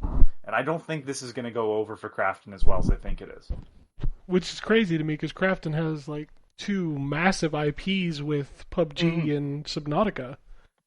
Yeah. Well, Subnautica, the creators left because they wanted fucking AI and shit. Yeah. And it's like, you dumb fucks. You dumb fucks. Like, it is an IP that's built to print money. People love survival scary games, which that does both very well. And the reason why it was a success was not AI. So this goes for a lot of stuff, and we'll talk about it with another news article, but I don't comprehend these companies that think they know better, like, than the success they already have. I've always been impressed with the, ignorance is not the word. Ignorance works, but it's not the word, I'm looking for. But, like, the ignorance that will lead to their downfall is impressive because, like, here's a big thing that's printing money. What if I could fuck this up entirely to try to make more money? Like, what the fuck are you doing? That's pretty much the sum total of what happens when private equity takes over anything. Oh, for sure. It's pretty much the business of killing the golden goose. That's pretty much what they exist to do, is find a golden goose and rip as many eggs out of it as they can. That's life. Sorry, I'm driving myself nuts. But yeah, it'll come up in another story later of my feelings on this. I just I feel bad for Subnautica fans because you ain't getting a second one of those, and if you do, it's going to be bad. I feel bad for, well, I mean, we probably weren't going to see a sequel anyways, but Hi-Fi Rush. Well, Hi-Fi Rush was not the one I was thinking of. Yes, Hi-Fi Rush. Callisto Protocol. Yeah, I'm okay without Callisto a sequel Protocol. to that. I'm okay. You know what? Yeah. You know what? The game is flawed, but you can see the work that they put into that visually. Sure, that is never a visually, question. it just wasn't fun. And you know what AI doesn't do very well? Visuals to this day. Yeah. What are you talking I about? look at That guy stuff doesn't and I have go, 7 what- fingers? You know what else it fuck. doesn't do well is list all the presidents. Yeah. No, it does not. Which is Really crazy glad because that, that President information Bobson is just Dugnut there. is You know, fucking you know what there. else it doesn't do well? Make money. Yeah, that's true. Yeah, Sam Altman was just handed a paperwork on stage while he was doing a presentation. This is not going well. Like, this is it's like companies going, we're going all in on NFTs. Okay. Yeah, the problem is less that there's not some utility to it. It's that it's basically the entire backbone of our economy right now for some reason. And the tech companies are in a race to see who can make money with it. And the answer so far is no one. That sounds like a winner. Hubris. So that was the word it's- I was looking for. It's Hubris. overspent is the problem right now. It's people have overspent on AI. Well, it's and like when Ken talks about like he needs a piece of code, AI will just quickly insert it where it needs to be, type of thing. It's like that makes sense. This idea to use it for creative output is the dumbest fucking thing I've ever seen in my life. There's times and places. This isn't like I really like the band Men Without Hats. I know that's a name that you probably haven't heard in fucking decades, but they have More Than the Safety Dance, and their fucking new album cover is goddamn AI. The same Tears for Fears did the same fucking thing, and both of them are astronauts for some fucking reason, which just is so dumb. And it's like, you fucking people are creative, so I can't even blame just CEOs on this. It's like, you people are creatives.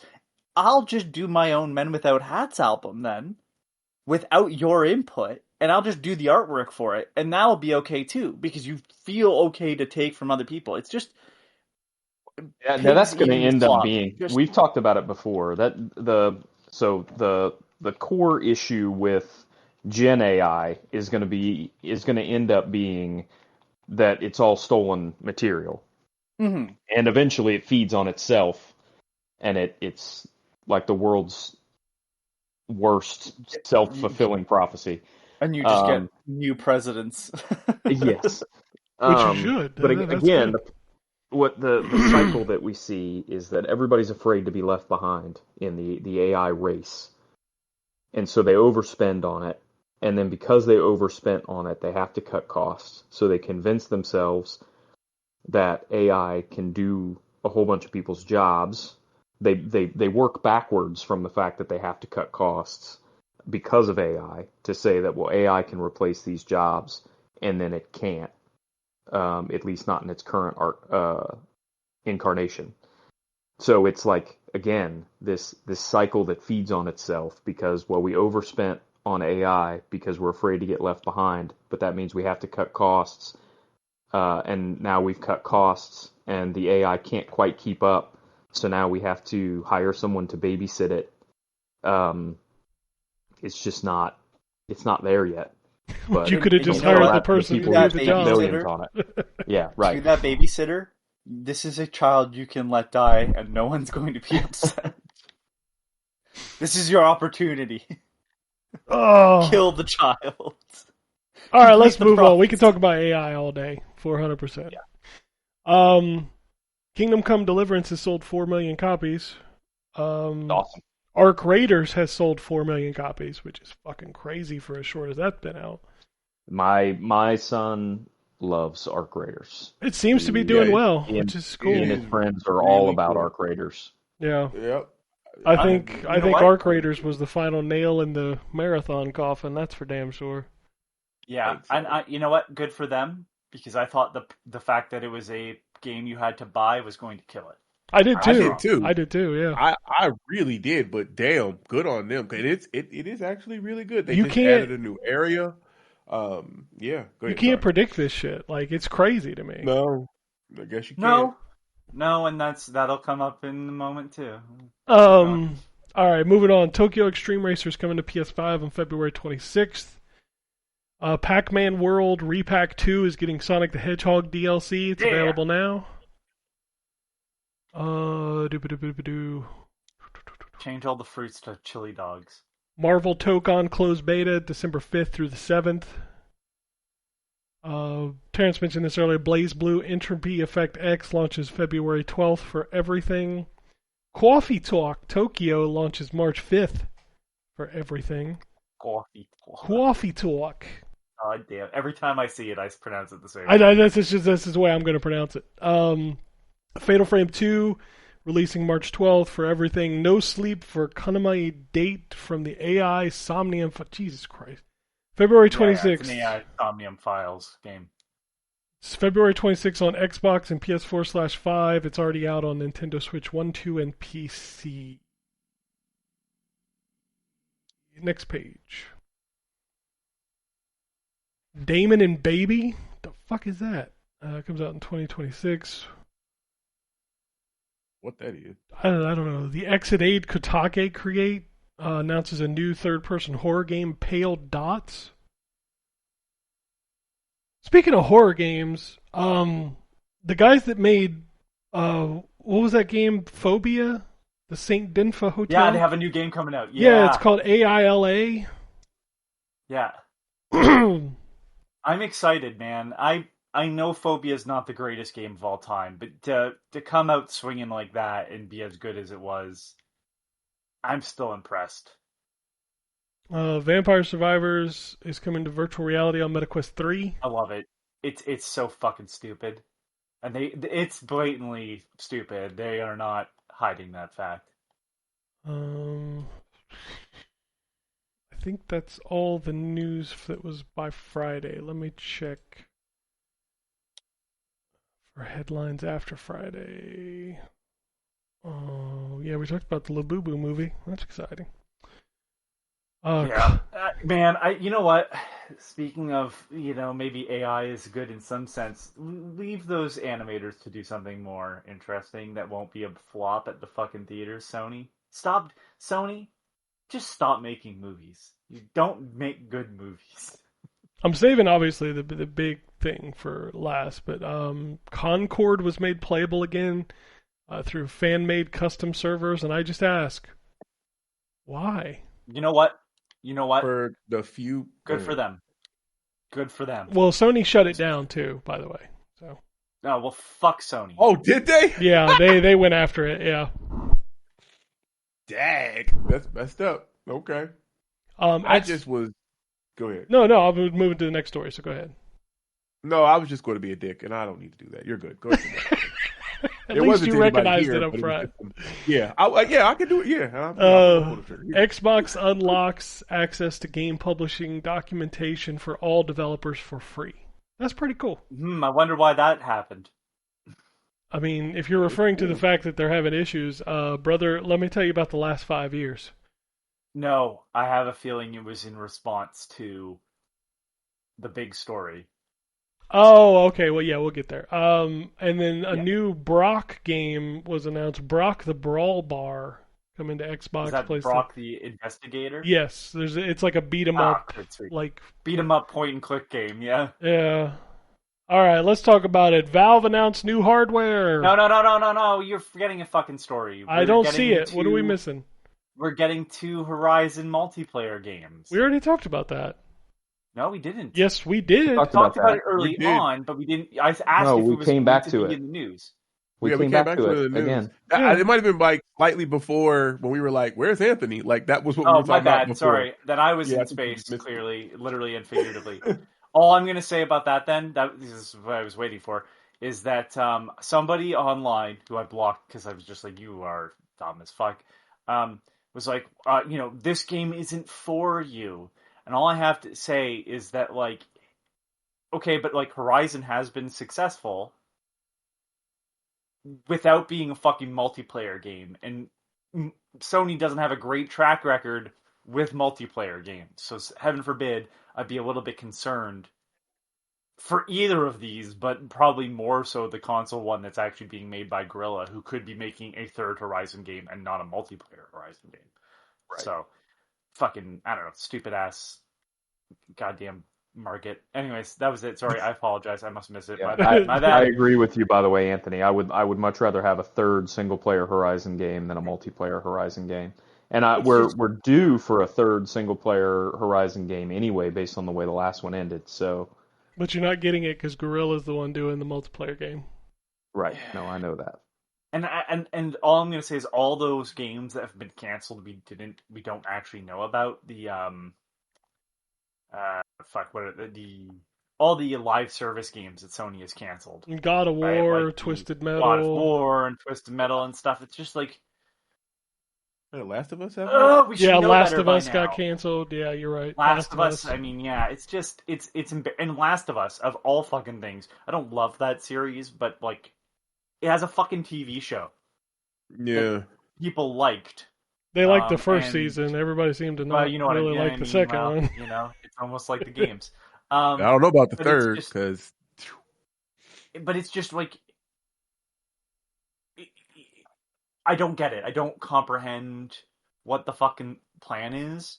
But to have somebody be like, well, it's not for you. Not every game has to be for you. Yeah, but I'd like games to continue to be successful based on the merits that have made them successful in the first place, which is what I was getting back to with the AI talk earlier. It's like, the things that make the game successful, you should try to keep doing that. Unless it becomes, like, not successful anymore, there's a reason why there was a success. And the success was not business strategy.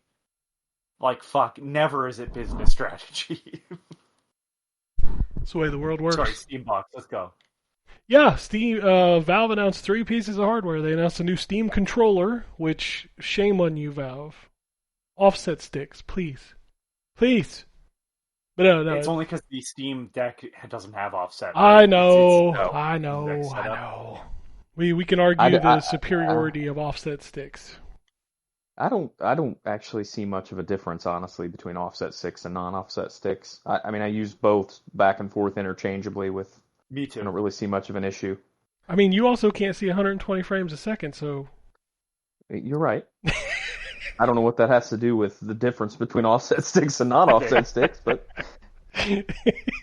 why don't you make fun of my disability again, Ken? way to turn it around on him. You know what? Maybe I will. Yeah, you ableist piece of shit. That's right. Right. Come after me. I'm okay with it. You can see me give you the middle finger at 125.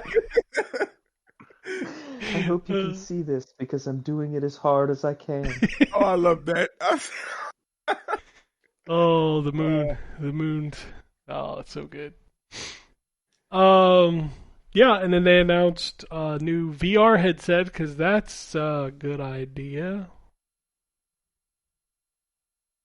I think that's kind of neat because it's.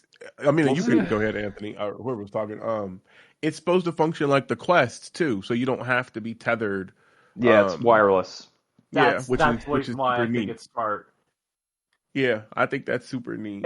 And Steam has the biggest library of VR games at this point. I mean, that's Yep. fair, but like Yep. they made a VR headset, and like right, but that VR headset is the higher. Like, this is going to be cheaper because. Well, it's what built game to are you be looking to cheaper. play It's not on it?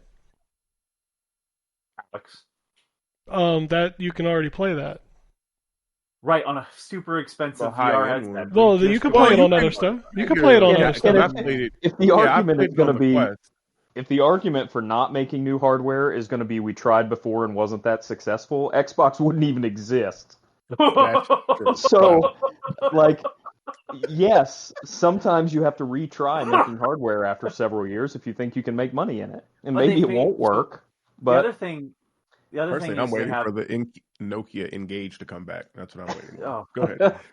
I mean, Yeah, they probably they had- sold more than VR headsets. I'm just saying. So they've had. Technically, they've had 2 VR headsets. The first one was the HTC Vive. Obviously, that doesn't exist anymore. And then there's the current one, but that's a high-end one where you have to have like the stands in the room, and it figures they're out different all that markets, really. shit. They're Index, yeah, and they're this both is VR headsets, but different markets. this is the PlayStation VR sort of price point. Probably even less. It's the Quest, I think, is the it's the Quest. That's what they're going after. So yeah, it's what going to be like $300 type of thing. I probably, don't know. maybe I don't know. 400. Somewhere in that range, I would guess, right. but they haven't announced not it yet. Not the $1,000+ that the Index is right now. Right. The controller they tried before. Obviously, so I have an original Steam controller. It's beautiful, but it takes a lot of fiddling to get ready because it only has one analog stick. So you have to kind of figure out how you want to set that whole system up. And they really nailed that down with the Steam Deck, how that controller should function. So it makes sense that they'd go back to that.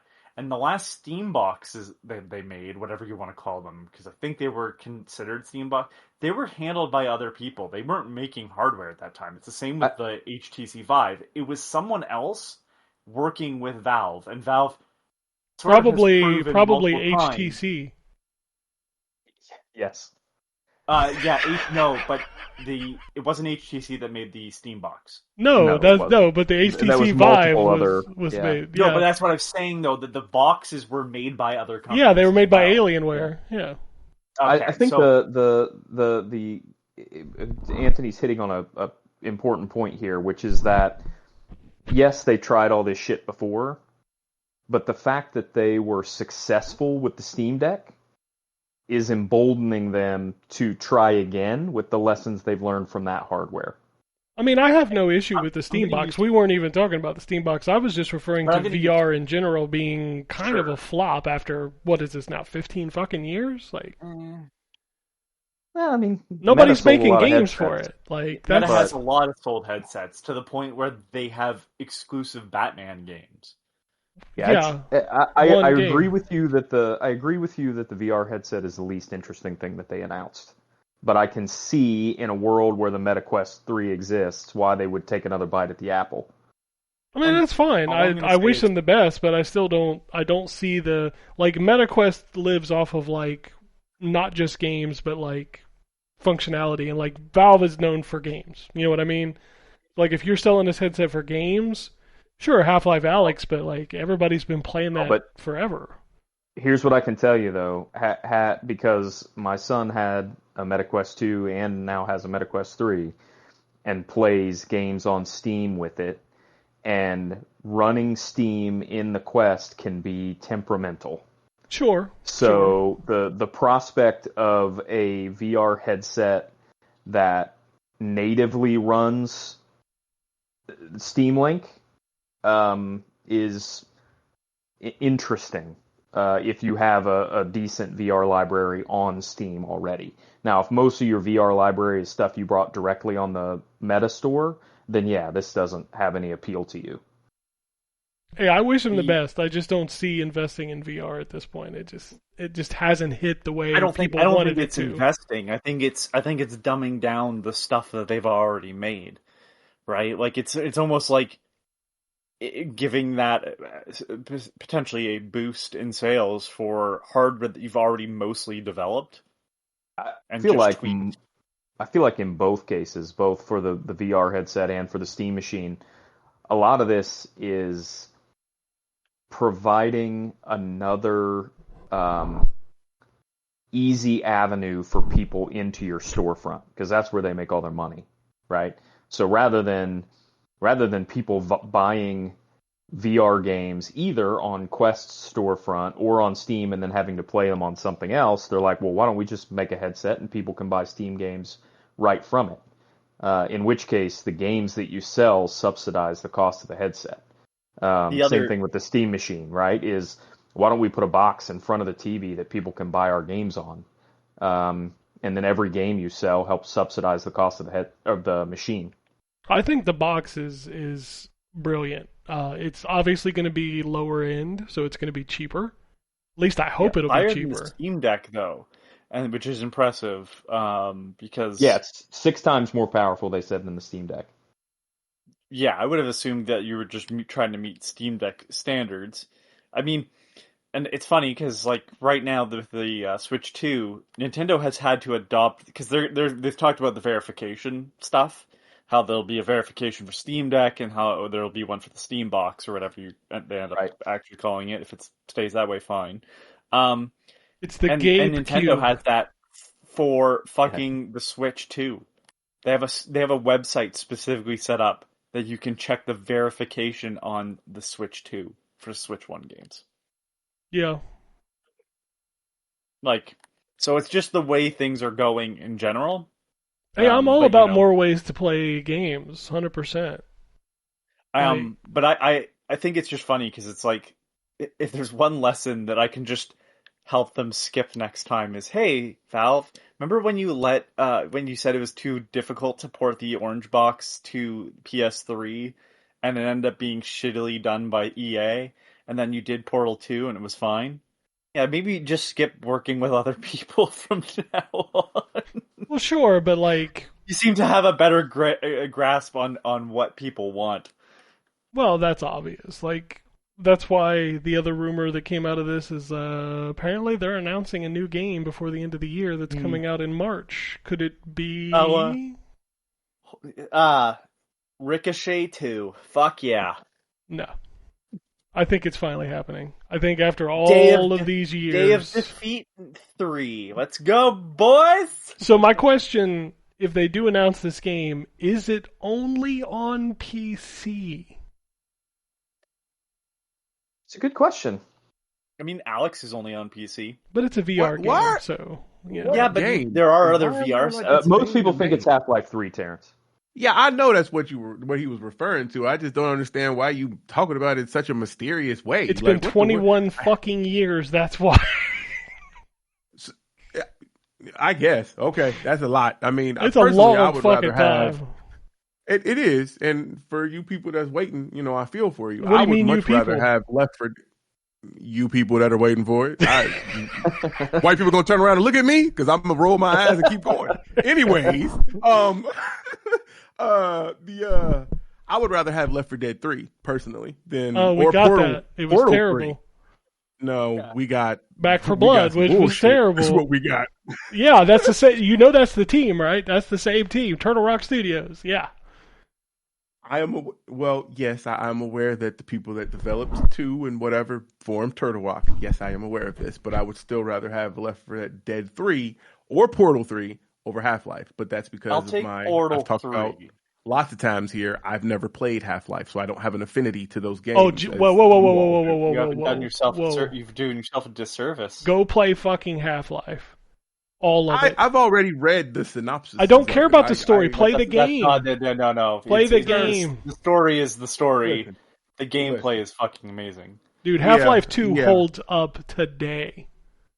Okay, then maybe I'll play the second one. But I tried to play the first one, and that's pretty dated. And I don't know if the first one is pretty dated. Yeah. I agree with that. No, I just tried to play it last year, and it is... The reason why you play the fan remake using the source. But Half-Life 2 and episodes, episode 1 and 2, play that shit. Yeah. God damn, play that shit. It's so underrated good. Horror series, too. Yeah. Let me tell you, Ravenholm is fucking crazy, dude. People didn't learn enough lessons from Ravenholm. God, Half-Life 2 was so good. So the fucking good. prison is my least favorite fucking segment of that entire game, though, and I'm gonna just say that. Fuck the prison. The aqueducts section. Right at the beginning? No, when you were on the jet ski and all that shit. Yeah, the boat at the beginning, yeah. God damn. That's before you hit Black Mesa East. Yeah. And then episodes 1 and 2, oh my god, the gravity gun. Fucking episode 1 is fucking weird.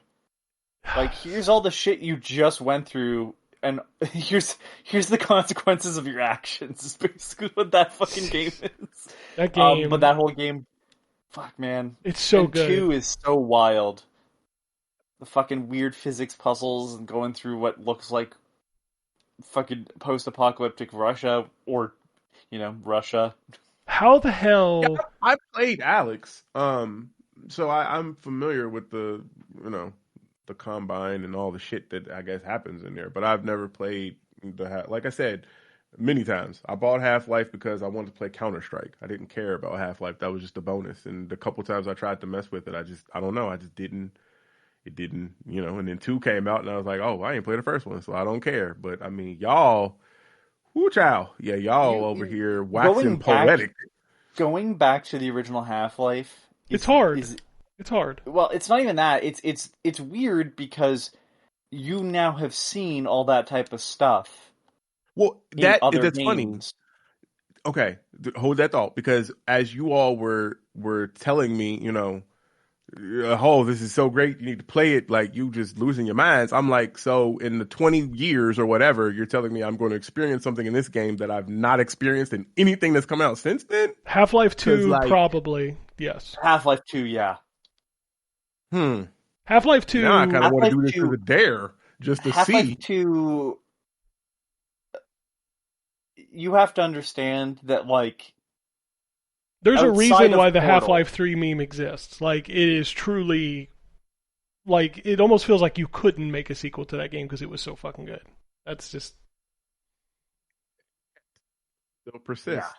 I mean, that's the reason why they haven't. They were just like, Yeah, like, we can't top that. Yeah, like... you can't make something called Half-Life 3 if it's not better than 2. And, like, 2 is really hard to be better than. Like, it's... And so y'all feel like that they're going to accomplish this because y'all were just super excited about I hope so.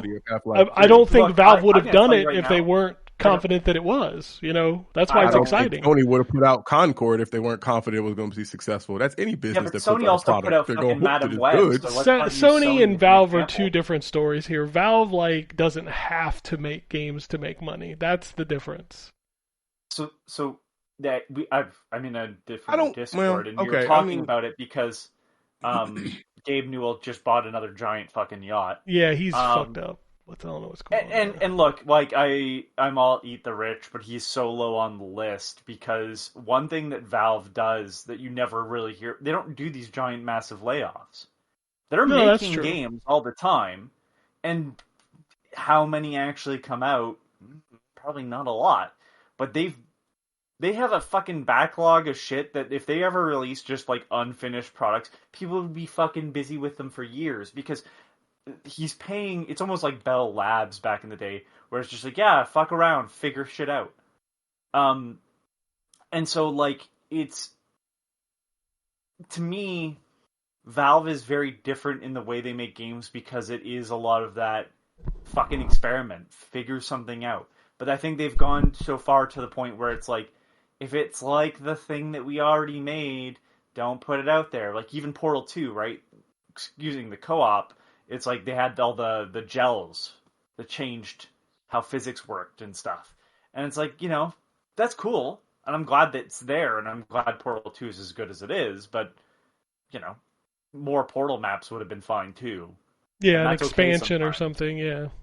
So, like, but like, if you look at Half-Life, so Half-Life 1 comes out, they don't handle the expansions. That was Gearbox. Yeah, Gearbox did Blue Shift, yeah. And Opposing Force. And Opposing Force, yes. And then and the Decay for the PS2. And then when it came to Half-Life 2, obviously it's a new engine. And then Half-Life Episode 1, they were like, well, you're by yourself in Half-Life. Let's see if we can make decent AI to have a partner with you. And then Episode 2 was, hey, what if we took this engine and we made really big open areas? And the whole time they're using physics in different ways than other games still don't use. The gravity gun is still unmatched in terms of weird shit that you can figure out. Like puzzle what? Element gun. Give me an example, because I've seen that gun used and stuff, and I feel like I've done that in other games. So what is an example that you have never picked up a saw blade and cut through an enemy? Okay. You pull a saw blade out with the gravity gun in Half-Life 2, and you turn because you have no weapons. Your weapons are gone, and you're stuck in Ravenholm. And what you use is the gravity gun, which has a repel and attract. And there's a giant blade in the middle of the room set up as a trap. and you shoot it with the rappel option from the gravity gun, and it spins that blade super quick, and as the zombies pile in, they're cut in half. You're picking up boxes and building platforms, and that might seem basic, but at the time, no one else did that. And the gun is still unmatched, because even when other games do that, they still don't have the gun capabilities that the gravity gun uses. And the final sequence in that game is one of the best fucking ending moments, where the gravity gun is all you have fucking left. And you do some crazy fucking shit with it. It's the way that the car in number 2, where you're having to put the bombs on the back to fucking drive them. It's just those Half-Life 2s especially, but like even the first game, you did not have people talking to you in levels like that. And that might seem basic now, but that only exists because Valve was doing something weird with like originally what was the Quake engine. So to me, those games are so wildly like different from all these other games because they were doing shit that no one else was doing. And even the follow-ups, like, you can just ignore everybody in fucking Half-Life 1. You can just ignore them. You can just wait for them to open the door or whatever. You can kill some of them later on. You don't have to help anyone. You can be a sociopath and run your way through. Other games that learned from Valve and Half-Life were like, actually, you're going to walk with this NPC for fucking 5 minutes. You're just going to follow along. You can ignore them, but you have to catch up with them at some point. No. The people in Half-Life just go about their day. I know it's weird to promote games that are 30 and 20 years old. It's been a while. It's just, they're insane. I mean, I'm listening to everything that you're saying, and I'm understanding. What struck me the most is that you continued to say, like, it may seem, old now or something to that effect that you were saying, and that's my point. If I played this back then, I would probably be as awestruck as it is that y'all are. But me approaching it now, I feel like so many of that stuff that's even in Half-Life 2 has been done. Even if not, it's been done better than they've done it. It's been done. So what you experienced that was brand new, I'm going to experience it it's brand new experiencing it from Valve, but I've played it in other things. And that's what I'm saying, I think is what's difficult for me to go back and actually jump, get into play Half-Life 2. I've never tried to play the second one. Like I said, I only tried to play the first one. I don't have the second one. The way I'll put this, and I can't say this about every video game because unfortunately video games are probably the medium that ages the worst because we changed control styles. We figured out how to make this more ergonomic for people to actually play and all this stuff. Valve's games never felt not ergonomic. They always worked like modern games. There isn't going in and having to change a bunch of shit because we didn't fucking understand movement control at the time. The thing that I would sell this to you is if you the way that you're looking at these of Half-Life is again, they don't feel like they've aged in terms of controls, is that if you feel that way, do you go back and watch old movies and go, I've seen this before? Or do you realize that the time frame in which those movies were made sets the stage for the movies you might like from now? And that's the important part. And I think Half-Life still stands out because its story is very unique. Because even say something like BioShock, which I think takes a lot from Half-Life in some sense, in terms of story, like shit hits the fan and would that also be interactivity with the environment? Because I know BioShock has a lot of that stuff, and that seems to be what you were talking about. Half-Life probably also took the bit of that from Duke Nukem. Like Half-Life is the step between the boomer shooters of old and the modern first-person shooter. Interesting. Okay, I can see that. But that's what on Steam Deck. Go ahead. I would honestly, because the first one unfortunately doesn't even look as good as the PS2 version, where everything was 3D modeled, including the eyelids on the characters. It was rough. It does look really rough. There is a remake by fans, which tweak some of the elements but keep the story the same, called Black Mesa, and I that saw goes on that sale on all the Steam. time. That's more worthwhile playing because it does feel like the original still, but it also looks updated, and they fixed a bunch of the stuff at the end that never really blended well, but I know they were doing something very different at the time, because the last section of Zen is a lot of platforming, which is really throughout the rest of the game, but it was also something that other first-person shooters really didn't do, and if they did, they did terribly. But I feel like it's I don't want to say the Citizen Kane of video games, but it's sort of that aspect of you go back and you go, holy shit, they were doing this like fucking mid-90s. Doom was fucking not that long ago. Yeah. That's usually how I feel about when people talk about Half-Life, that it's the Citizen Kane of video games. And I'm like, really? But again, I didn't experience like that. Because I remember I bought, I owned the orange box. I didn't buy it for Half-Life. I bought it for Portal. For TF2. Oh. Did you? That's another one I've never played. I'd never played Team Fortress 2. It's fucking Overwatch before it was Overwatch. It's Overwatch. That's what I've heard. If you played the 360 version, it's a lot more true to the concept of a team shooter, a hero shooter, because there wasn't a bunch of fucking hats and shit. Team Fortress 2 is sort of strayed from the light of God, in my opinion. But that's also the thing, right? The other thing you have to know about Valve, and this is kind of, again, goes back to the whole methodology that I like behind them, is when they absorb studios, quote unquote, they don't really absorb them. They know that they recognize a talent that they do not have that they would like to have. So like the Portal was like a game called Orbicular Drop, I think was the original title. It was like a student project, and you can still play it. It's free to find online, but like they saw that, they were like, we want that, and they took those people and had them come and work for them, and they made Portal. Campo Santo, who did Firewatch, they liked what they were doing and brought them into the team, and now some of those people worked on Half-Life Alyx.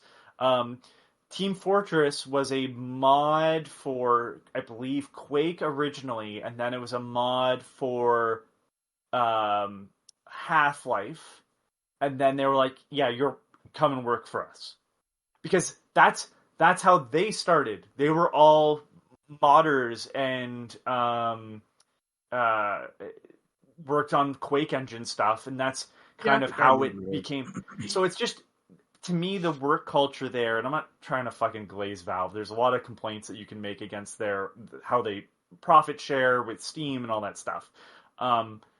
But in terms of game companies, if there were more companies like Valve, and I think Nintendo's probably the second closest. I think they're a little bit more strict with the licenses, unfortunately. But they want the creativity that video games fucking need, and that's the reason why we haven't got Half-Life 3.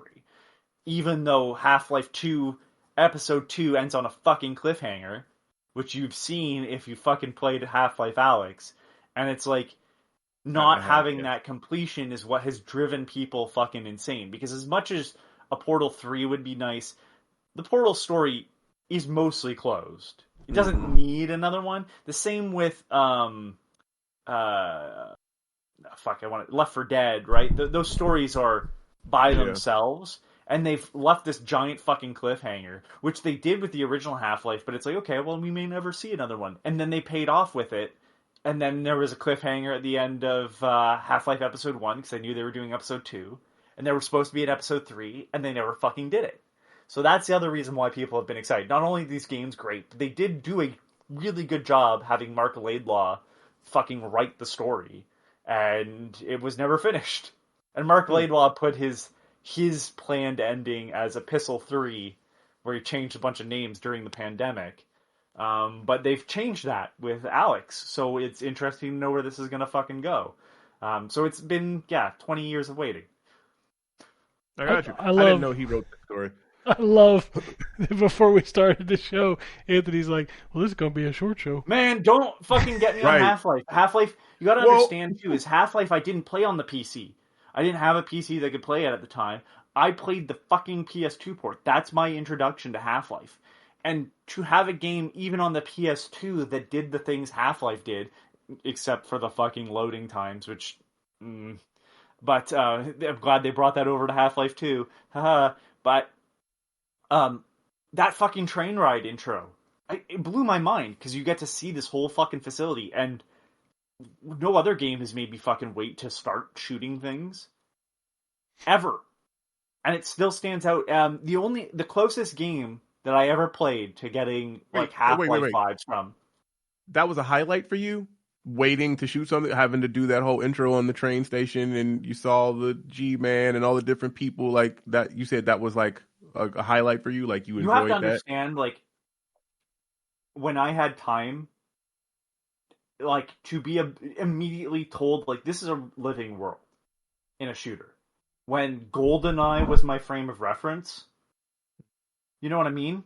Or I see what you're saying. The living world like, aspect of I got you now. Okay. And it didn't feel like a level. It felt like, because that's the other thing. Half-Life doesn't have beginning and endings of levels. Like even The World Is Not Enough, which is more advanced than GoldenEye. There's dialogue, and it's not just about shooting people. Even that has a fucking mission end. You know, Yeah. Half-Life, it's just kind of a continuous era, even though it's not open world. The other game that felt like that, even though it does have a mission end, is No One Lives Forever, which was also ported to PS2 by Gearbox, where it feels like, oh, I'm actually in this world, and there's moments that take place that I'm just privy to because I'm there. It's not like again, other first-person shooters where, like, oh, an explosion is happening because it needs to right now. I don't know, like early first-person shooters where they were starting to step away from just being what's called a boomer shooter now. It's funny, because we were even talking about Call of Duty. Medal of Honor Frontline, when you're storming the beach of Normandy, like, these moments that, you know, some of them have been followed up on, and yeah, Half-Life 2 has been followed up on a lot. But never matched. And the same I'd go for Frontline, where it's like, yeah, all these moments are amazing, but they don't feel like anything other than a Michael Bay movie, which is fine. Those deserve to exist. But yeah, I just can't speak highly enough of the Half-Life series. So if it is 3, cool, but I'm not going to get my hopes up, because I also know that they're very picky about what they put out. And I appreciate that, even if I'm disappointed. That's the way to end that. So... it is weird, though, that this is going to be the thing that they use to potentially mark the launch of their not console, when all you got on Steam Deck was a very funny but short experience with Aperture Desk Job. All right. Sorry, I didn't mean to go off on like that, but like I'm asked like, why is this game amazing? I'm gonna glaze it a bit. I mean, he probably has it free in his library. He should just play it.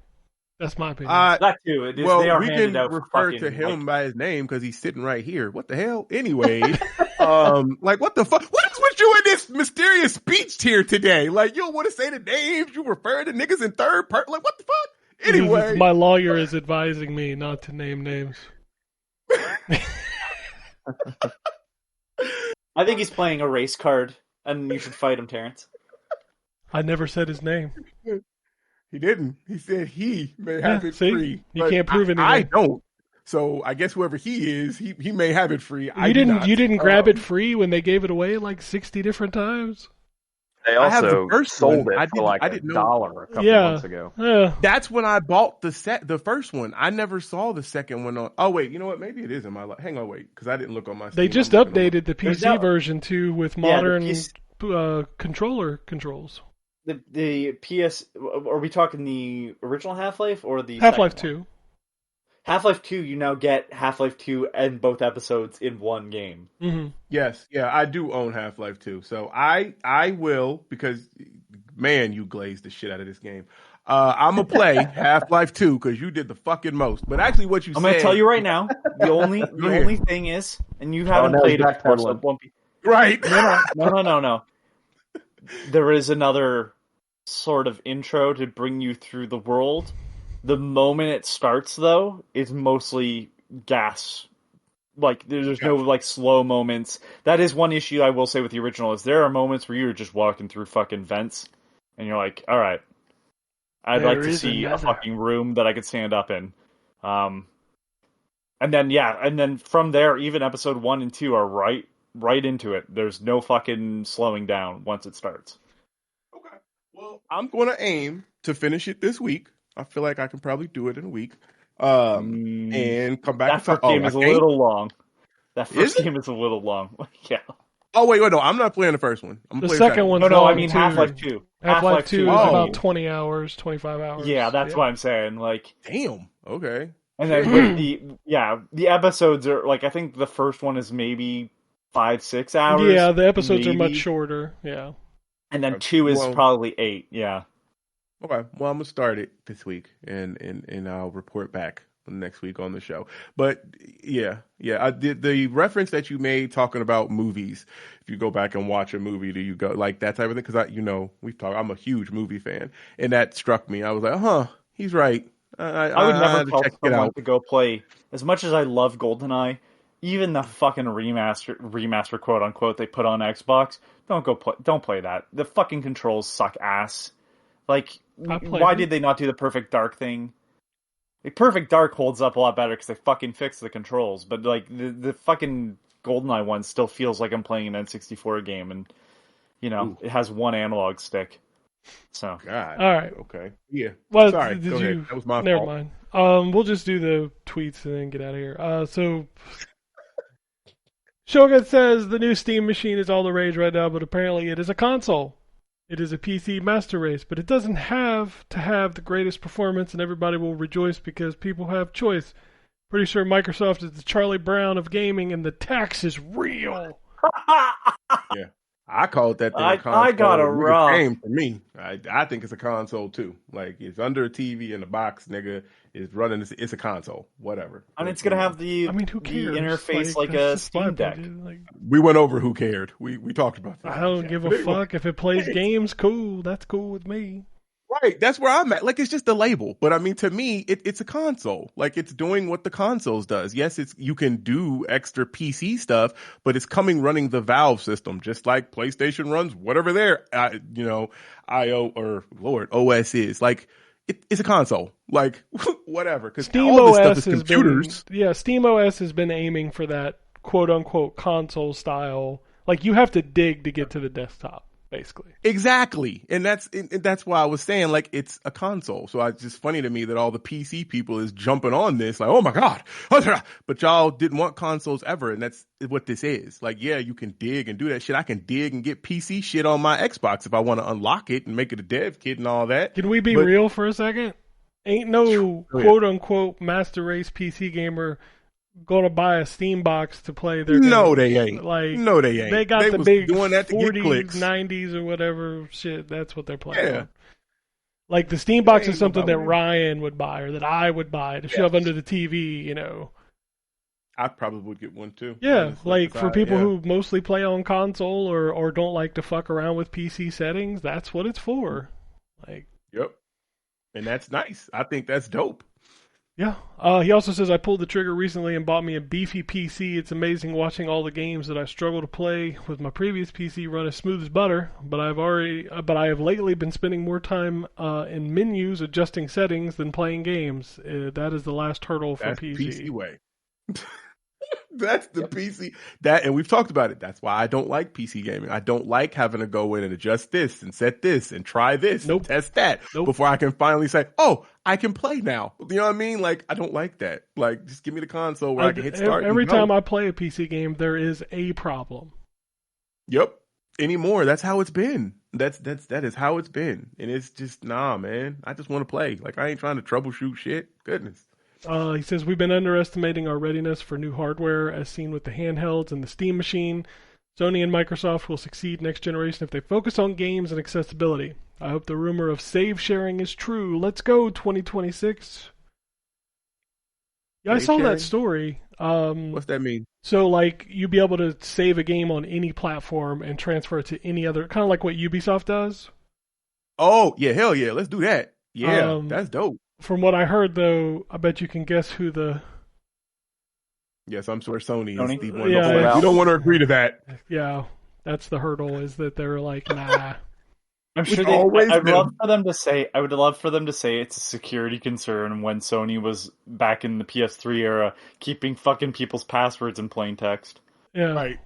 That never happened. Uh, Holy They would have shit! learned their lesson with the crossplay shit. Like they were the holdout on that, and now that's that's a huge thing. Like I just, fucking Sony. Anyway, go ahead. No, that's it. That's all I got. I'm done. Go play Half-Life 2. I'm sorry.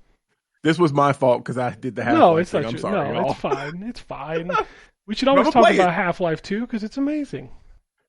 Well, I'll come back and tell y'all how amazing I think it is. I think it's a crime that Microsoft removed the ability to purchase that on the store. Like See, that's what I was looking up. Like I'm on here right now. I was looking up the Orange Box because I thought I had bought it digitally, but apparently I don't. you could And buy you can't it. buy it on here. You could buy it on the 360. You could never buy it on the Xbox One. Oh, You could buy it on the 360 up until they shut that store down. What was that? Earlier this year, I think, or maybe Yeah. it was last year. Maybe it was last year. Holy shit! I thought Yeah. I already owned it though. Okay. So I had it on disc. So before they shut the store down, I went ahead and bought it digitally so I could just play it without putting the fucking disc. Which I wish they'd have let me done with MK9, motherfuckers. It's literally the only 360 disc that I have to put in to play on my Series X, which is just a pain in the ass. But I went ahead and bought the Orange Box just because I wanted to be able to play that digitally. And yes, Team Fortress 2 is straight up what Overwatch turned into. So, Hey, you That's could push interesting. carts with your teammates. that's crazy, right? Where'd that idea come from? Oh, but anyway, that's it for this week. If you want to tweet at us, it's at ZTGD Radio on both Blue Sky and Twitter. If you want to send us emails, it's podcast@ztgd.com. And continue to tune in as we dump the review apocalypse of 2025 over the next couple weeks. I just feel like I write 4 or 5, and I still got 4 or 5 to go. It's crazy. Bruh, me too. Oh my god! Like I finished 4, and I'm like, oh man, I made a good dent. And I looked at the list. I was like, oh, I still got 6. God dang it! Like, Yeah, I got people emailing me like, hey, when's that review going live? I'm like, man, I don't even remember that game. right? I forgot I even got that one. Hold on. Like, yeah, it's a lot. It's so much stuff. Yeah. So luckily we can talk about them on here a little bit, but yeah, we will review everything. They'll get reviewed eventually. Like just Yes. there's so many Patience, games. people. So many games, and all you bitches just play Fortnite. Man, whatever. Yeah. Oh, but anyway, that's it for this week. Enjoy the holiday season as we continue. God, it's already Thanksgiving is a week from Thursday. Yep. That's Yeah. crazy. Christmas will be here before you know it. Hopefully you've already done your shopping. No, I still have. Well, I have a little bit. We do because I have 80,000 kids. We do Secret Santas. So instead of forcing everybody to buy something for every single person, which would be a small fucking fortune, you get one person that you buy for. So we do that, and I still have to get the stuff for my person. I we bought decorated yesterday. I bought my son's present like 2 months ago. It's literally sitting in a box behind my chair. Nice. I'm What'd just- you get him? I Just listen to the got show? him a gaming PC with monitor and mouse, keyboard, all that shit. So You hooked him up. yeah, That's he's what's this was like he's been wanting one for a few years, and finally we're like, let's just do it. And so that's what we did this year. That's what's up. So yeah, that'll be fun on Christmas morning setting that motherfucker up. So yeah. Nothing's better than a fucking gift you have to put together. Well, hopefully Bruh. to just like run. That's what I'm hoping because it's a pre-built. So I'm like, I just hope it's fun. Yeah, that's what I'm on. It wasn't too bad. Yeah. So that's what I have. I have a fucking iBuyPower pre-built. So Yeah, pre-builts are pretty good. You just got to delete the bloatware. I haven't bought one in a while. Mine Well, my actually laptop, surprisingly but- didn't come with a lot, so it depends Oh, on that's who you're good. buying from. yeah. Who was yours from? Frick. I'll have to get back to you on that one. I cannot remember. Yeah, I'll let mine you was know. pretty clean. I bought it from iBuyPower. Like that's pretty much they're the people that I just buy from now. Like when I go to get new PCs. It might be iBuyPower, to be honest with you. Yeah. They usually have good deals. I have looked at them in the past. I just usually end up going to build my own because I like already have like the tower and stuff, and I just got to buy a couple of parts to make it, good. So I end up doing that. Yeah, I'll But probably yeah. try to just keep this one and just like replace the parts over the years because that just. When I bought Yep. this one, like I spent Right. a small fortune on it, so fucking. So it was PC. already like top of the line. So yeah, what's funny is I don't you even play got- games on it, so it's fucking hilarious. Anyway, that's it for this week. If nobody has anything else, we'll get out of here. Peace, bitches. Alrighty. And it goes something like this.